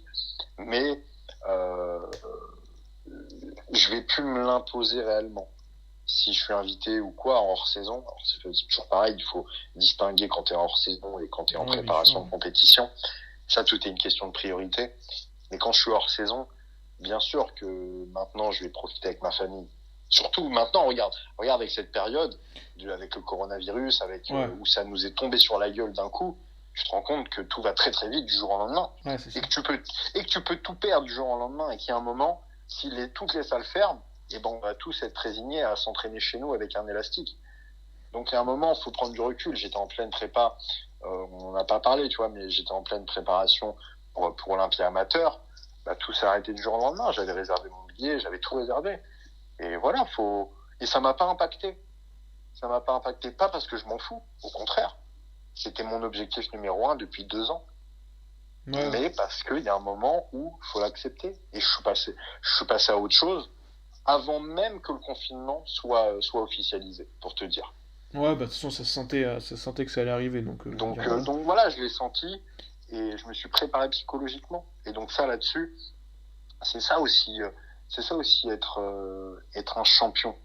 C'est Bah, réussir psychologiquement à se préparer et à se dire bon bah là c'est cuit quoi. Donc il faut pas que je m'accroche parce que je m'accroche à quelque chose qui quoi qu'il arrive va tomber. ouais, complètement. Donc, si je continue à m'accrocher à cette pierre, à cet objectif, je vais tomber en même temps qu'elle. Mais là, Donc faut non, reprendre, enfin, on reprend la maxime, ouais, s'adapter, c'est dominer, parce que là, c'est ça. Parce que j'imagine que ton objectif qui était donc cette année au Olympia Amateur, tu vas le ouais, remporter, tu vas pas bien sûr, l'abandonner. bien sûr, bien sûr, bien sûr. Et là-dessus, ça c'est symptomatique de mon parcours. Mon parcours a toujours été euh, jonché d'objectifs qui au final d'objectifs avortés ou tu vois, quand j'ai fait Musclemania, après je devais être en équipe de France naturelle avec la FF Fashion Fac. Et Ok. donc je devais faire Europe, donc les championnats de France, Europe, monde. Et à l'époque, Fred Monpeau était sélectionneur de l'équipe de France.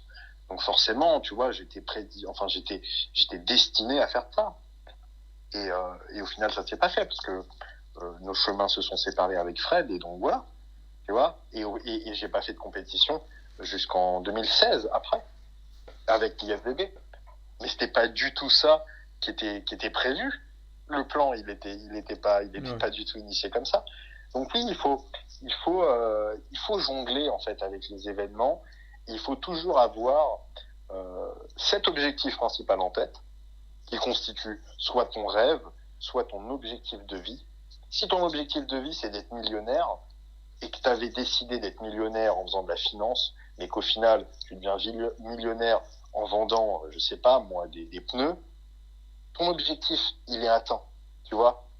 Donc c'est un peu ça, et c'est un peu des fois ce que j'ai du mal à comprendre dans certains parcours, c'est que les gars ils restent sur leur chemin, ce qui est bien, mais du coup il n'y a pas d'adaptation et donc c'est une impasse.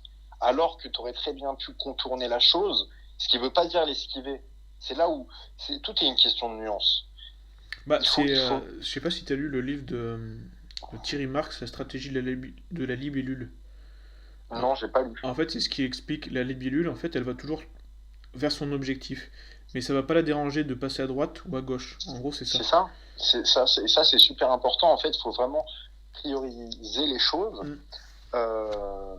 Et c'est pour ça que je m'entraîne le matin, par exemple. Parce que mon objectif de la journée, c'est mon entraînement. Donc tu le priorises. Donc je le priorise et donc c'est la première chose que je vais faire. Parce que moi là-dessus, c'est vrai que je suis un peu... je suis très carré, tu vois, j'aime bien, si on me dit 16h, c'est 16h pile, tu vois, ou même un peu en avance. Donc il y a des choses, j'aime bien ce côté organisation. Donc là-dessus, je vais pas être bien si, admettons, j'ai des trucs à faire, etc., j'ai rendez-vous à 16h, et que je vais aller m'entraîner le soir, et que je vais avoir une deadline parce que la salle ferme à telle heure. Ouais. Là, je m'entraîne, je vais le matin, j'ai pas d'impératif.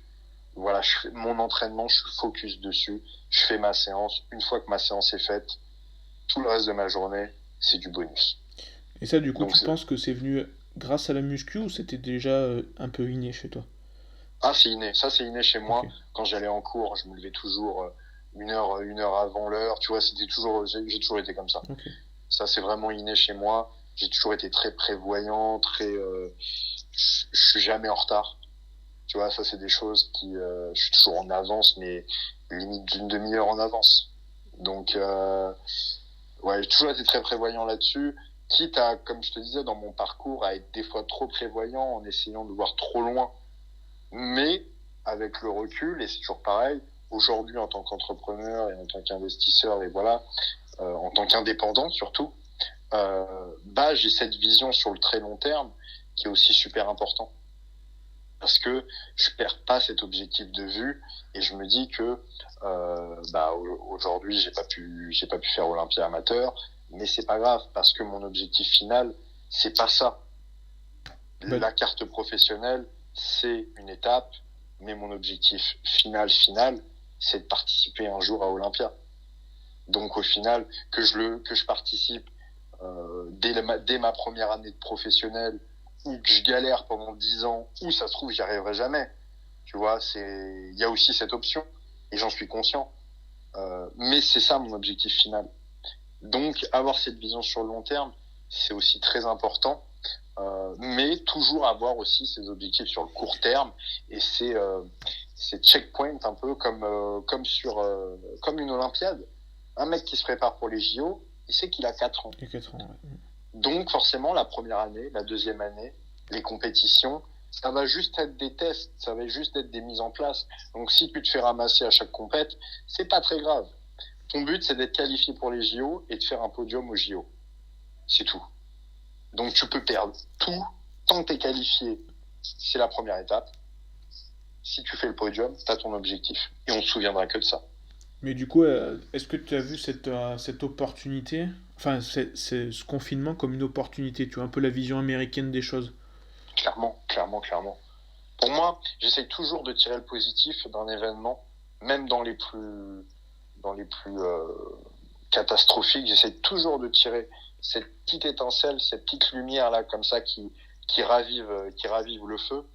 parce que même si pour moi il a jamais été éteint le feu, hein, tu vois, mais voilà, de toujours essayer de retrouver quelque chose qui me motive, qui donne du sens. Et moi, le confinement, ça a été l'occasion, ouais, de remettre tout à plat, de me reposer aussi, même si bon, je me suis entraîné pendant les 55 jours de confinement, hein. Donc je le disais dans un post Instagram, Ouais. j'ai pris aucun plaisir à m'entraîner. Je le faisais par besoin, je le faisais parce que c'est ma routine aussi. Je suis habitué depuis 10 ans à m'entraîner entre 6 fois par semaine. Donc forcément, ça fait partie de moi, quoi. Et là-dessus, ouais, par contre, ça m'a permis de prendre conscience de pas mal de choses, de revoir aussi ma manière avec Punisher de la vision que j'ai de l'entraînement. Donc on est revenu à l'essentiel, etc. Donc ouais, pour moi, ça a été 2 mois extrêmement bénéfiques. Extrêmement bénéfiques. Je le prends pas du tout comme un temps d'arrêt ou comme une stagnation. Au contraire, là, j'ai repris la musculation en salle. Je suis un peu chanceux où j'ai accès à une salle, mais mes perfs sont strictement les mêmes. Donc ça n'a même pas été une stagnation, ça a été limite pour moi une progression. Donc ouais, j'essaye toujours d'avoir ce regard positif des choses. Je pense que, ouais, de toute façon, les gens qui sont sans donner les moyens, parce qu'on en revient pas à la même chose, la période là, les 2 mois, elle a quand même, allez, au pire, ça permet de stagner. C'est ça. C'est que je pense que au début, beaucoup de gens ont été dans cette mentalité du non, si j'ai pas de salle, je fais rien. Mais quand ils ont compris que ça allait durer plus que 2 semaines, Ouais, ils se sont dit ouais bon, on va peut-être faire des pompes, tu ouais, vois. c'est ça, ouais. Donc alors que moi je savais pertinemment que là, quand tu vois la situation, il suffit de prendre du recul tout simplement, et tu sais très bien que ça va pas durer 2 semaines. Ouais, c'est ça, Donc tout de fallait. suite le samedi soir, donc le confinement a été annoncé le mardi d'après. Le samedi soir, j'ai un élève qui m'a dit si tu veux j'ai un TRX, je peux te le prêter. Hop, tout de suite je suis allé chercher le TRX. Le lendemain je suis allé chercher des haltères chez mes parents. J'avais déjà des élastiques chez moi que j'utilise sur des machines. Donc voilà, j'étais équipé, tu vois. Ouais, Tout de j'ai fait suite, comme toi, ouais. toujours action, action, réaction, quoi. Moi là-dessus, j'ai toujours été dans l'action-réaction. Punisher en est témoin, hein. Dès qu'il me fait un changement de diète, il me l'envoie à 9h, à 9h10, hop, les gamelles, c'est changé, c'est plié, quoi. Donc, donc ouais, moi j'ai toujours été là-dessus, sur l'action-réaction, ne pas, ce qui veut pas dire que je ne procrastine pas et que Ouais. je laisse traîner des tâches, hein, comme tout le monde, mais on en revient à cette idée de priorité. Quand ça concerne mon objectif, mon rêve et mon objectif de vie, parce que là on est vraiment sur un objectif de vie, Ouais. euh, ça par contre ça c'est fait instantanément et il n'y a aucune excuse. Donc voilà, tout est une question d'équilibre en fait, tu vois. Autant je peux être très négligent sur certaines choses, autant je vais être très très intransigeant sur d'autres. Donc il y a cet équilibre, comme je te disais, un petit peu du tout ou rien, mais avec le temps et avec l'âge et avec l'expérience, j'arrive petit à petit où les extrêmes sont de moins en moins extrêmes, les hauts sont de moins en moins hauts, les bas sont de moins en moins bas, et j'arrive un peu plus à être équilibré Ouais, donc là-dessus. ça fait un équilibre. Donc ça, ouais, l'équilibre, là actuellement, à l'heure actuelle, je l'ai. Donc, ça c'est plutôt intéressant, ouais. Donc du Parce que coup, t'es serein et épanoui, quoi. l'objectif, ça va être un Monsieur Olympia dans quelques temps alors, amateur. J'espère. Après, c'est comme disait un jour Samuel Eto'o, quand t'es mené 1-0, avant de penser à gagner, il faut égaliser. Exactement. Donc moi, avant de penser à Olympia, il y a déjà une carte pro à Non, gagner. non, mais je parlais d'Olympia amateur. Ah oui, Dans un premier bien lieu. sûr, ouais. Moi, après, non, Olympia amateur ou une autre compétition qui me Qui permet donne d'avoir la la carte carte. pro. Ouais, ok. C'est sûr que gagner une compétition, une grande compétition avec 25 athlètes sur le plateau, c'est très prestigieux, voilà. Mais en soi, que tu gagnes ça ou une compétition où t'étais 4, bon bah t'as ta carte pro, hein, et c'est pas ça qu'on retiendra. On retiendra parce que le mec qui s'est qualifié facilement entre guillemets, hein, parce que c'est toujours pareil, mais on va dire qu'il s'est qualifié de manière un petit peu plus facile. S'il se qualifie pour Olympia et l'autre qui a eu une victoire en amateur très prestigieuse, mais qui derrière fera jamais rien de sa carrière, bah on retiendra le mec qui s'est qualifié pour Olympia. Ouais, c'est pas faux. Donc voilà, il y a aussi ça, tu vois. Faut toujours, je pense, partir de son objectif final et ensuite réussir, comme on disait, à s'adapter. Et voilà. Donc si au Olympia amateur, c'était en Espagne, c'était en juin, donc moi ça me convenait bien, même au niveau de mes cycles, etc. Ça me convenait bien au niveau de la date. Maintenant, si c'est plus tôt et que c'est, il y avait cette année-là, il y avait France à Metz, donc je crois que ça a été déplacé en août. Voilà, si ça se trouve, ce sera en France, ça se trouve, ce sera en Angleterre, ça se trouve, ce sera peut-être à l'étranger, j'en sais rien. Ouais, parce qu'en Angleterre, il va y avoir l'Arnold Classic, là. Ouais, donc on verra là-dessus. Quoi qu'il arrive, mon but est d'avoir cette carte professionnelle. C'est l'objectif qu'on s'est fixé avec mon préparateur. Donc, j'ai envie de te dire, quelle que soit peu importe le flacon tant qu'on est l'ivresse. Ouais. Voilà. Ça fait combien de temps que tu travailles du coup avec Coach Punisher? Avec Alan, ça va faire du coup un peu moins de 2 ans. On a commencé officiellement en septembre 2018. Ok. Et donc pour retracer un petit peu le parcours, quand j'ai fait les championnats de France en 2017, lui faisait partie de l'organisation à l'IFBB Nord, donc c'était à Créteil. Ok. Il m'avait vu sur scène, etc. Du coup, il m'avait ajouté sur Instagram. Et après, quand j'ai gagné France, on a commencé à discuter. Il m'a envoyé un message. Il m'a dit voilà, je faisais partie de l'organisation. J'ai bien kiffé. Donc, on a commencé à échanger. Et c'était vraiment en tant que passionné. Vraiment deux passionnés qui s'échangent, qui discutent, qui parlent de telle méthode. Qu'est-ce que tu penses de ça? Tiens, lui, il a dit ça. Qu'est-ce que t'en penses? C'est quoi ta vision des choses? Là, en ce moment, je teste ça. Bah, tiens, je te le partage. Tu me diras ce que t'en penses. Voilà, c'était vraiment un échange entre passionnés. Et ce qui s'est passé, c'est que moi, en tout, j'ai eu 6 coachs. Ok. J'ai eu 6 coachs. Donc, Alan est le dernier. Et ce sera certainement le dernier. Parce que je n'ai confiance qu'en lui, honnêtement. Et je me vois pas travailler avec quelqu'un d'autre. Donc ouais, notre mode de fonctionnement et l'alchimie qu'on a tous les deux, ça va être difficile un peu. Alors je vais pas me comparer à Flex Lewis, mais un peu comme Neil Hill et Flex Lewis, tu vois, ça fait 15 ans qu'ils bossent ensemble et c'est plus une collaboration qu'un réel suivi où tiens, toi tu vas manger 150 grammes de riz et basta. Ouais. Non, c'est une collaboration, c'est un échange, c'est tant que l'objectif est atteint, tant que le taf est fait, ça nous convient, tu vois. Donc on a discuté comme ça et au final, en l'été 2018, hormonalement j'étais vraiment au plus bas. C'était compliqué. Je fais une prise de sang, taux de testo très très bas, tout était très bas. C'était compliqué, vraiment très compliqué. Un an après avoir gagné du coup junior. Non, même pas, quelques mois après. Parce que tu m'as dit 2018, c'est pour ça. Attends, je te raconte des...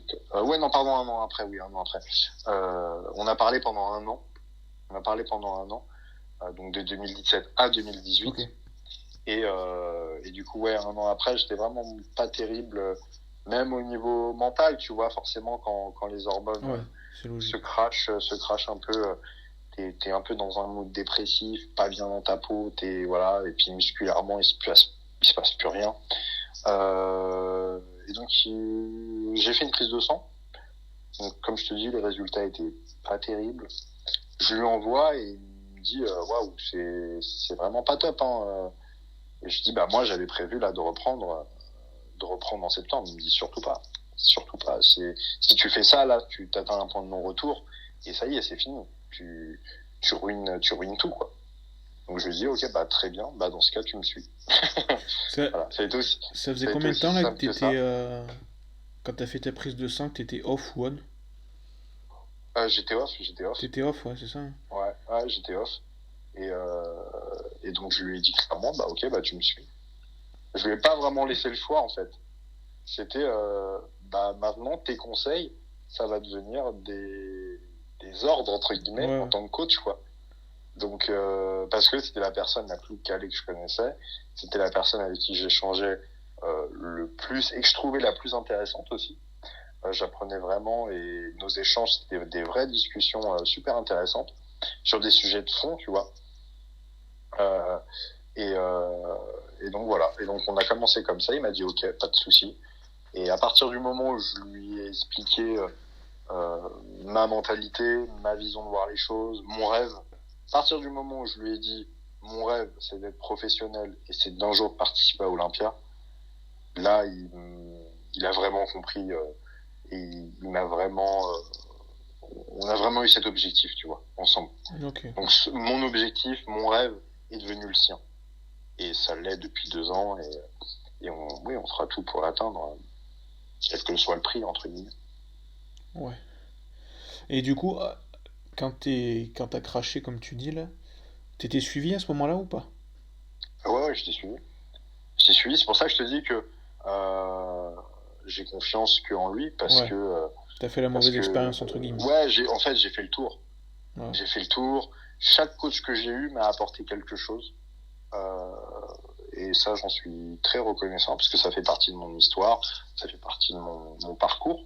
Alors comme on disait là, tout à l'heure, certains ont un seul coach, comme Florian Poisson avec Patrick Tuor. Ouais. Dès le départ, hop, tout de suite, ils trouvent chaussures à leurs pieds.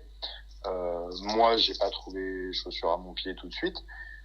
Mais ça m'a servi d'expérience et aujourd'hui dans ma façon d'aborder les choses, dans ma façon de coacher, etc. Ça m'aide beaucoup parce que j'ai des multiples visions et j'ai une multiple façon de voir et d'appréhender les choses, notamment par différents échecs, tu vois. Donc, euh, donc bien sûr, ouais, j'ai été suivi et Alan, c'est le seul professionnel qui connaît son sujet. Ouais. Et là-dessus, il connaît réellement son sujet.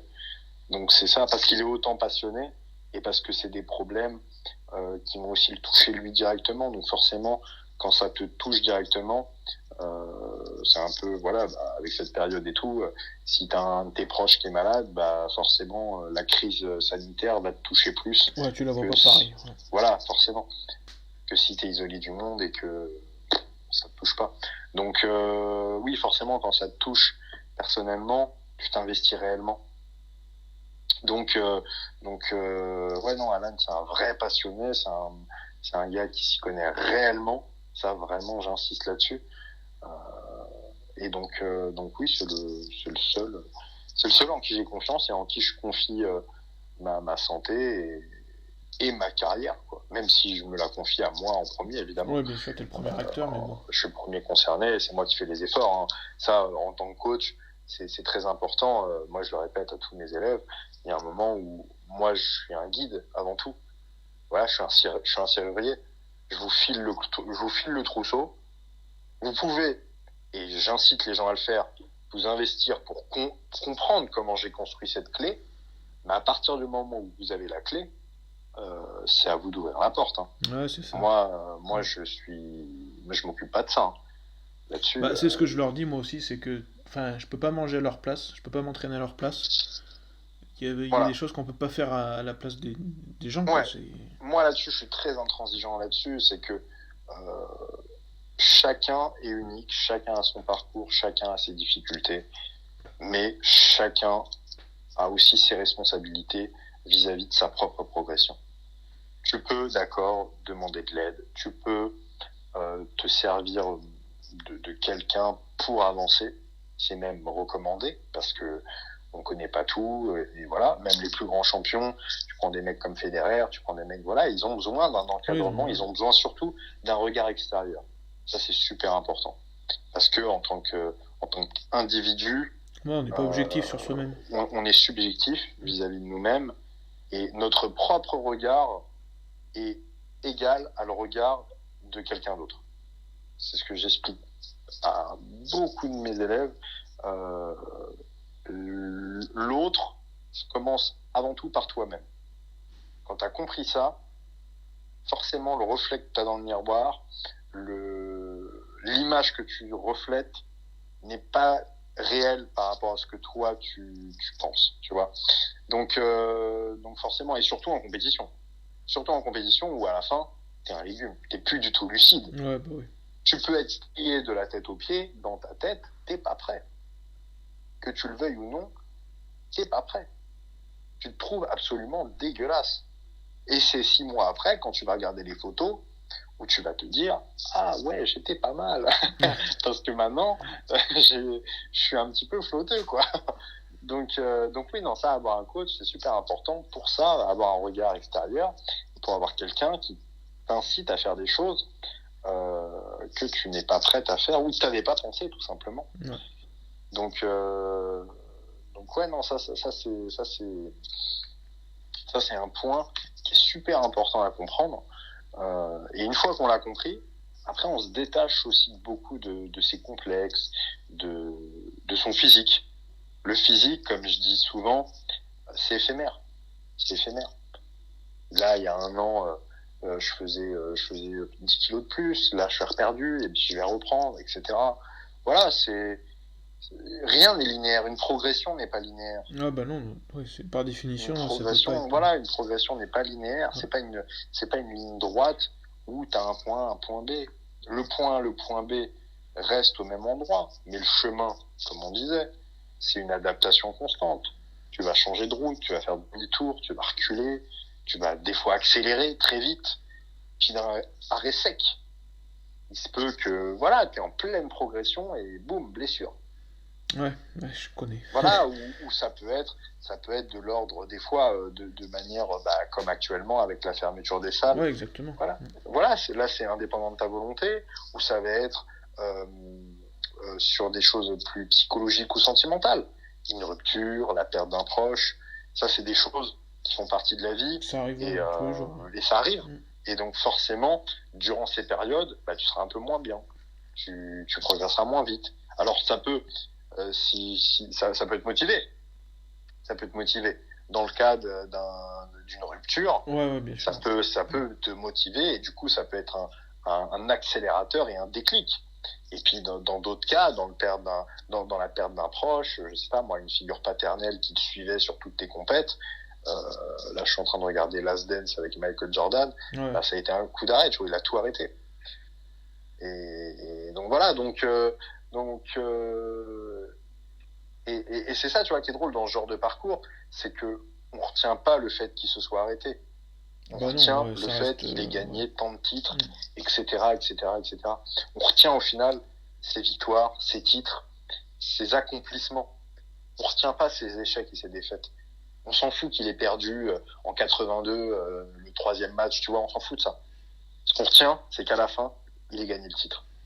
Ouais, puis et même, ça, c'est clair. ça, c'est un peu la conclusion de tout. C'est un peu, tant que tu atteins ton objectif, peu importe ce que pensent les gens, peu importe le moyen, peu importe le temps que ça va prendre, ça c'est super important.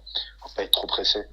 Moi, quand j'ai commencé la musculation, on me disait il faut 10 ans pour être un bodybuilder.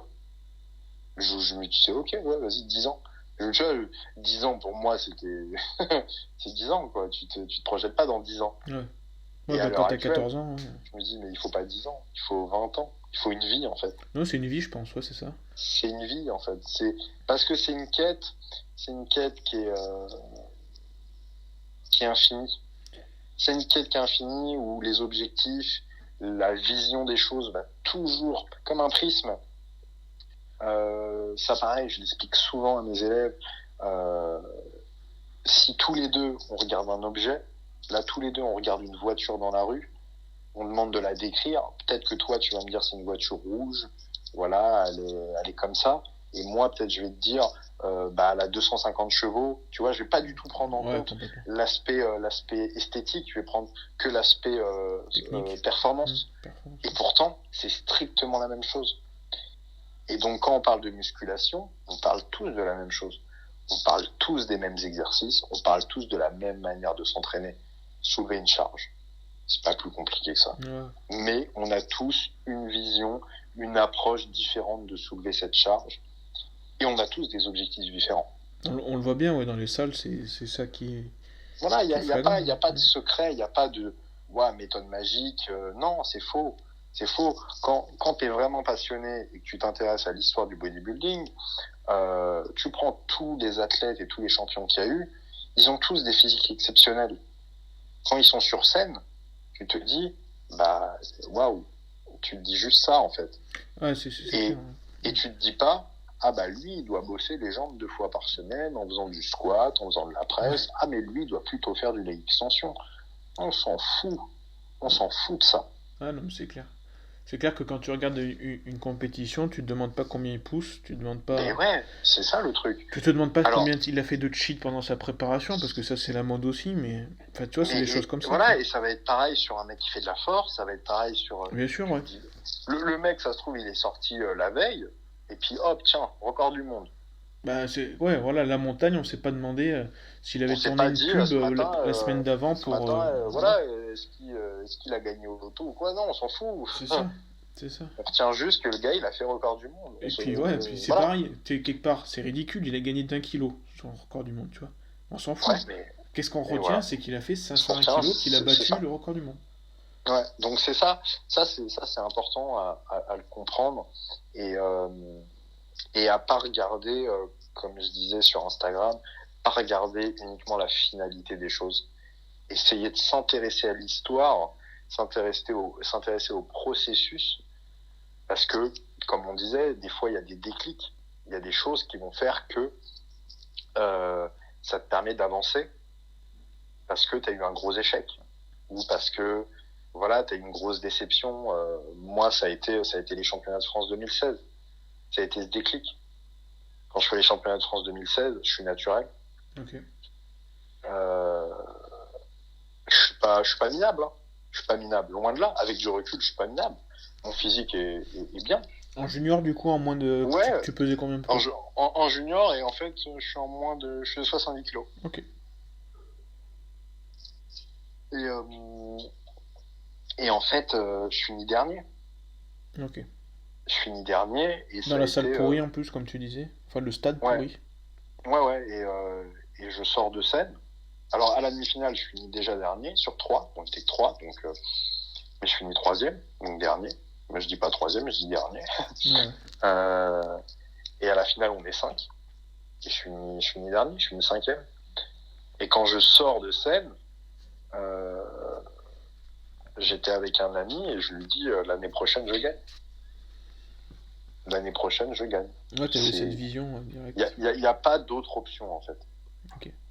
Je vais tout mettre en place, je vais tout faire pour gagner. Et je vais gagner.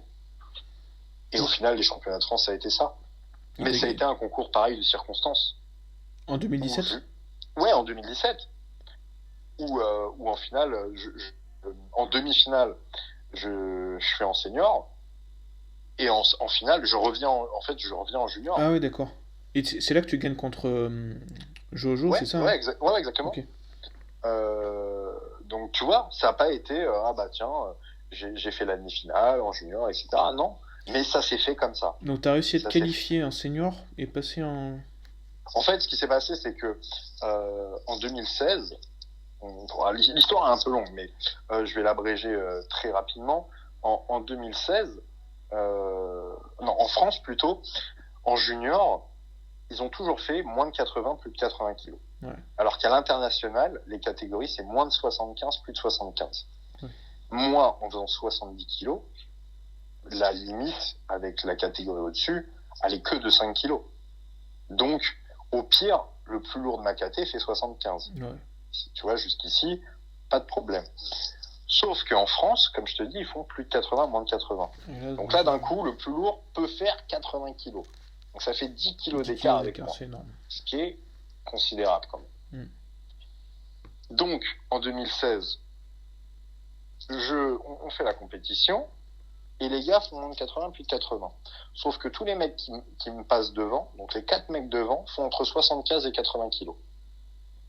Donc, logiquement, si on avait suivi les règles internationales, j'aurais été tout seul dans ma catégorie. Donc, je ne remets pas en cause, je m'en fous, tu vois, c'est la vie, c'est comme ça. J'ai fini dernier, je l'assume totalement, c'est pas grave.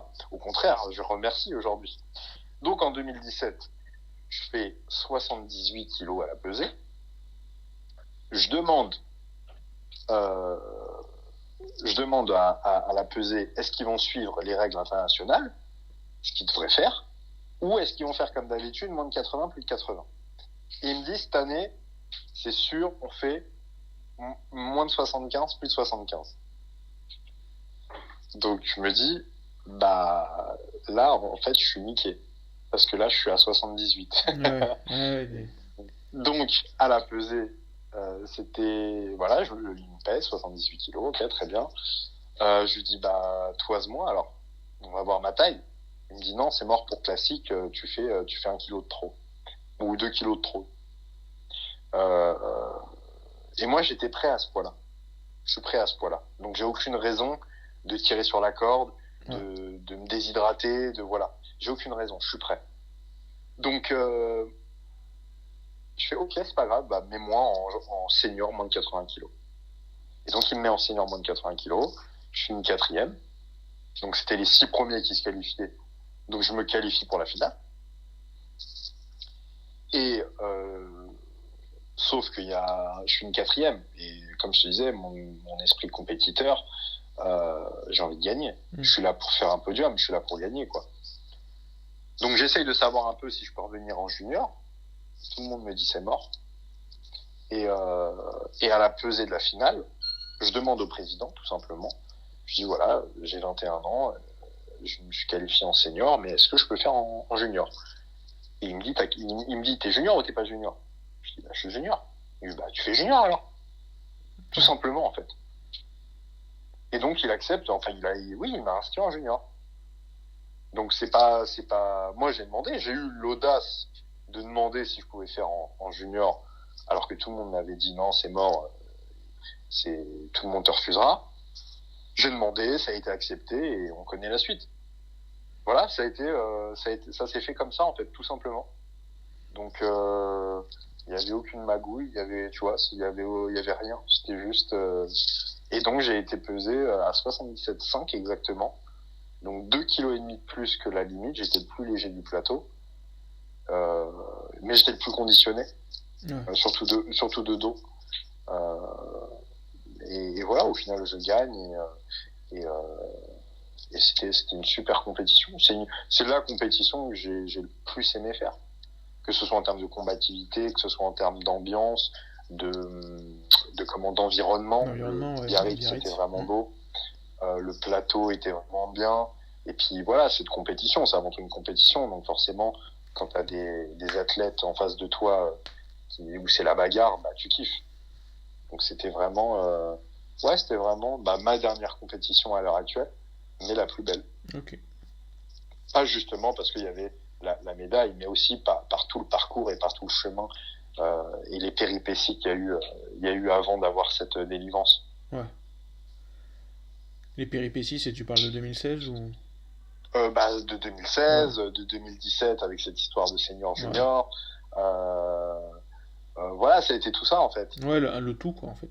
Ça a été le tout en fait. C'est pour ça que c'est un cycle de 2 ans, un cycle de 2 ans qui se termine sur un titre, mais derrière un relâchement, un soulagement plus. Ouais, le ouf de soulagement quoi. Voilà, mais de me dire j'ai gagné, mais faut se remobiliser derrière pour essayer de retrouver un objectif, parce que c'était pas ça la finalité. Ouais, bien sûr. Même si en 2017 j'avais pas du tout cet objectif de devenir pro ou quoi. Moi j'ai pris les objectifs les uns après les autres. Ouais, mais ça fait partie, comme tu disais, du moi à la base, avant que l'IFBB et la Pro League se scindent, mon but était vraiment de suivre le cursus classique au sens France, Europe, monde. Ouais, moi mon rêve c'est vrai que c'était d'être champion et d'un jour entendre la Marseillaise sur un podium. C'est ça, moi ça me fait vibrer ça quand je regarde des sports, quel que soit le sport, et que je vois un mec avec la Marseillaise sur le podium et le gars il se met à chialer. Ça me met la chair de poule, quoi. Parce que c'est aussi pour ça qu'on fait du sport. C'est pour ces émotions. Et ça, c'est des choses qui sont inestimables. Toutes les heures d'entraînement, surtout nous, en tant que bodybuilder, où c'est notre mode de vie. Tu te lèves, tu manges, tout ce que tu fais aura un impact sur ta performance. Si tu stresses avant une compète, c'est fini.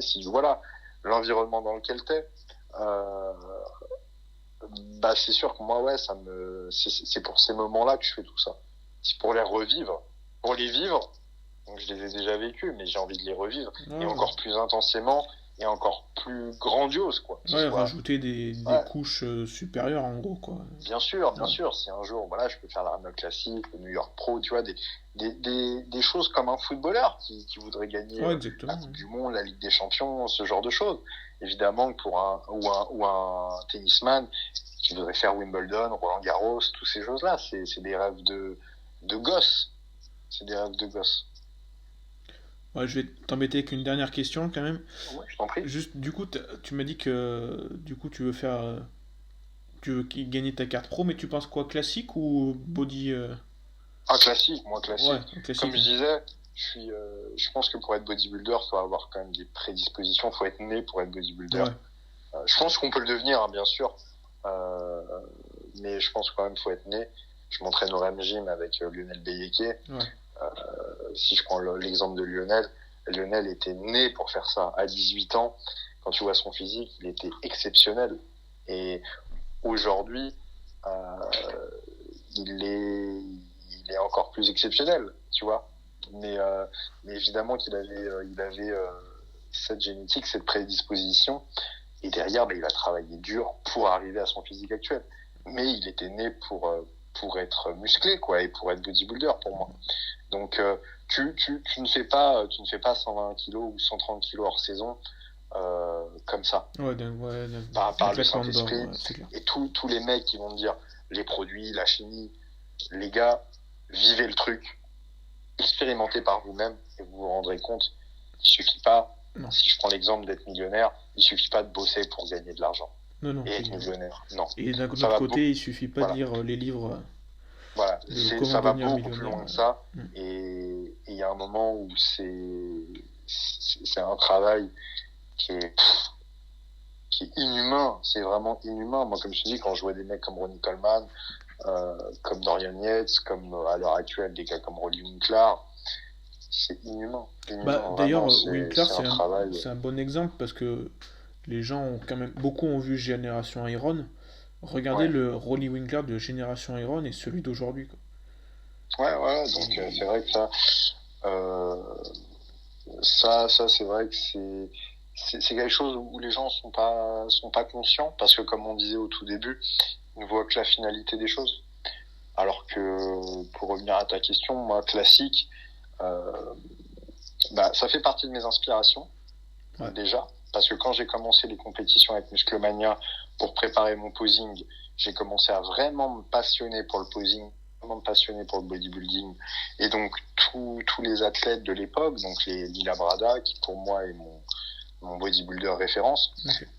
Lila Brada, Francis Benfato, Bob Paris, Rich Gaspari, Berry Demey, Thierry Pastel en France, Serge Nubret en France, il y avait Francis aussi, Benfato, Mm. Frank Zane, je pourrais prendre qui d'autre, tu vois, tous ces athlètes-là. Et après, dans les années 90, c'était Sean Ray, pour moi. Ouais, Sean Ray, ouais. Ouais. Sean Ray, Flex Wheeler, évidemment. Mais, et après, plus tard dans l'entraînement, ça a été plus Ronnie et Dorian Yates. Mais ça, plus sur le côté entraînement Sur et le côté mentalité, entraînement, quoi, ouais. mentalité du champion. Mais sur le côté purement physique, ouais, c'était des Lila Brada, c'était des Berry de Mai, Sean Ray et tout. Et Donc actuellement, forcément, c'est qui là qui. donc oui, c'est forcément ça, c'est mes inspirations et c'est aussi mon physique actuel. Là, si on prend les références en classique, pour ma taille, j'ai le droit à 83 kilos sur scène, Amateur, hein. ouais, en amateur, et j'ai le droit à 87 kilos en professionnel. Ok. Donc c'est des ratios qui sont pour moi parfaits. Je peux pas espérer mieux.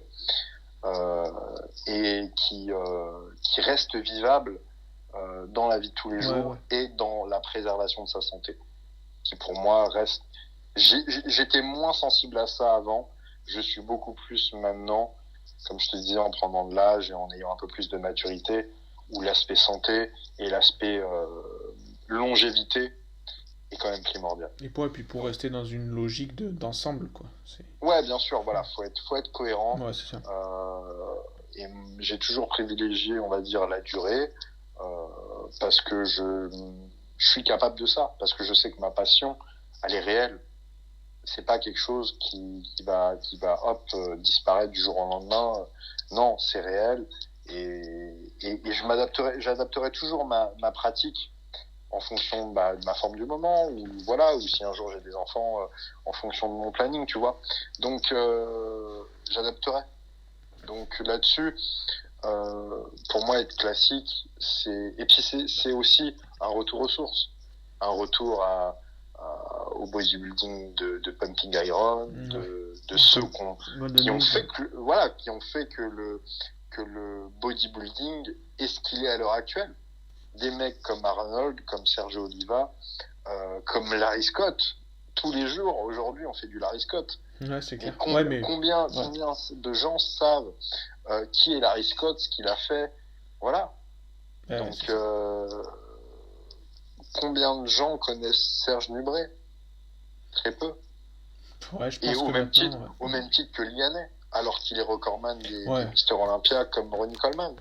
Ouais, mais si t'es pas réellement passionné et si tu t'y connais pas un minimum dans ce milieu-là, bah tu connais pas. Et même les gens qui s'y connaissent, c'est pas le premier nom qui va venir. Tu vois, donc là-dessus, voilà, pour moi c'est un ensemble, c'est un retour aux sources, c'est aussi le posing, donc c'est de l'art parce que pour moi la culture physique, c'est un art, ça va au-delà du sport. Donc c'est une présentation artistique. T'aimes Lila Brada, je pense un peu.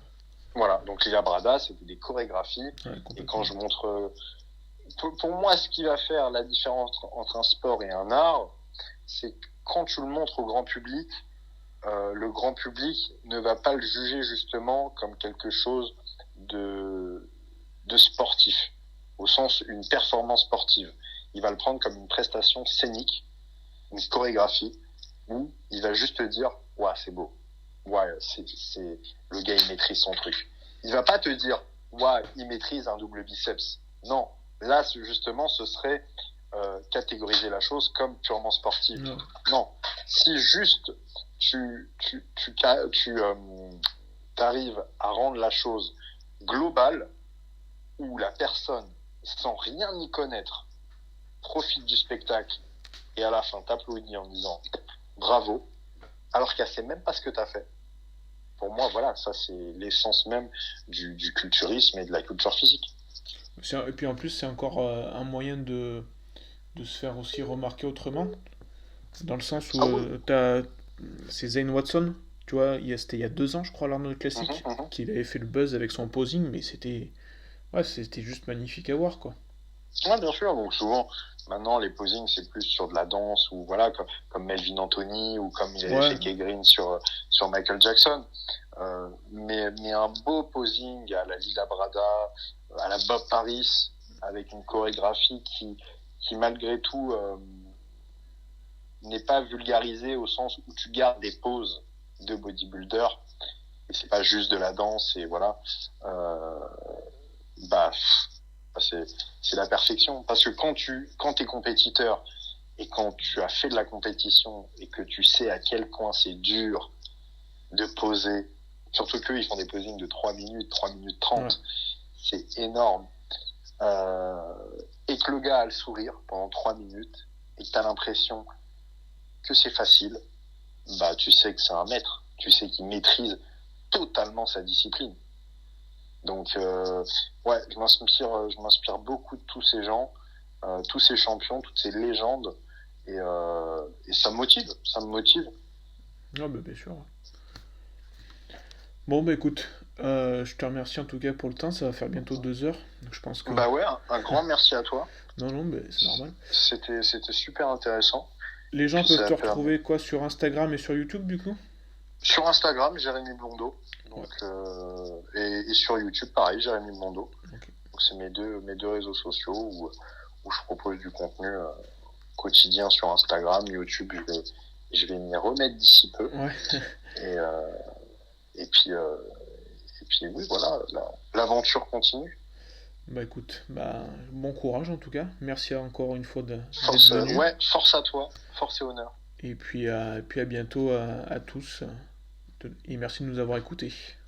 Merci à vous, à la prochaine.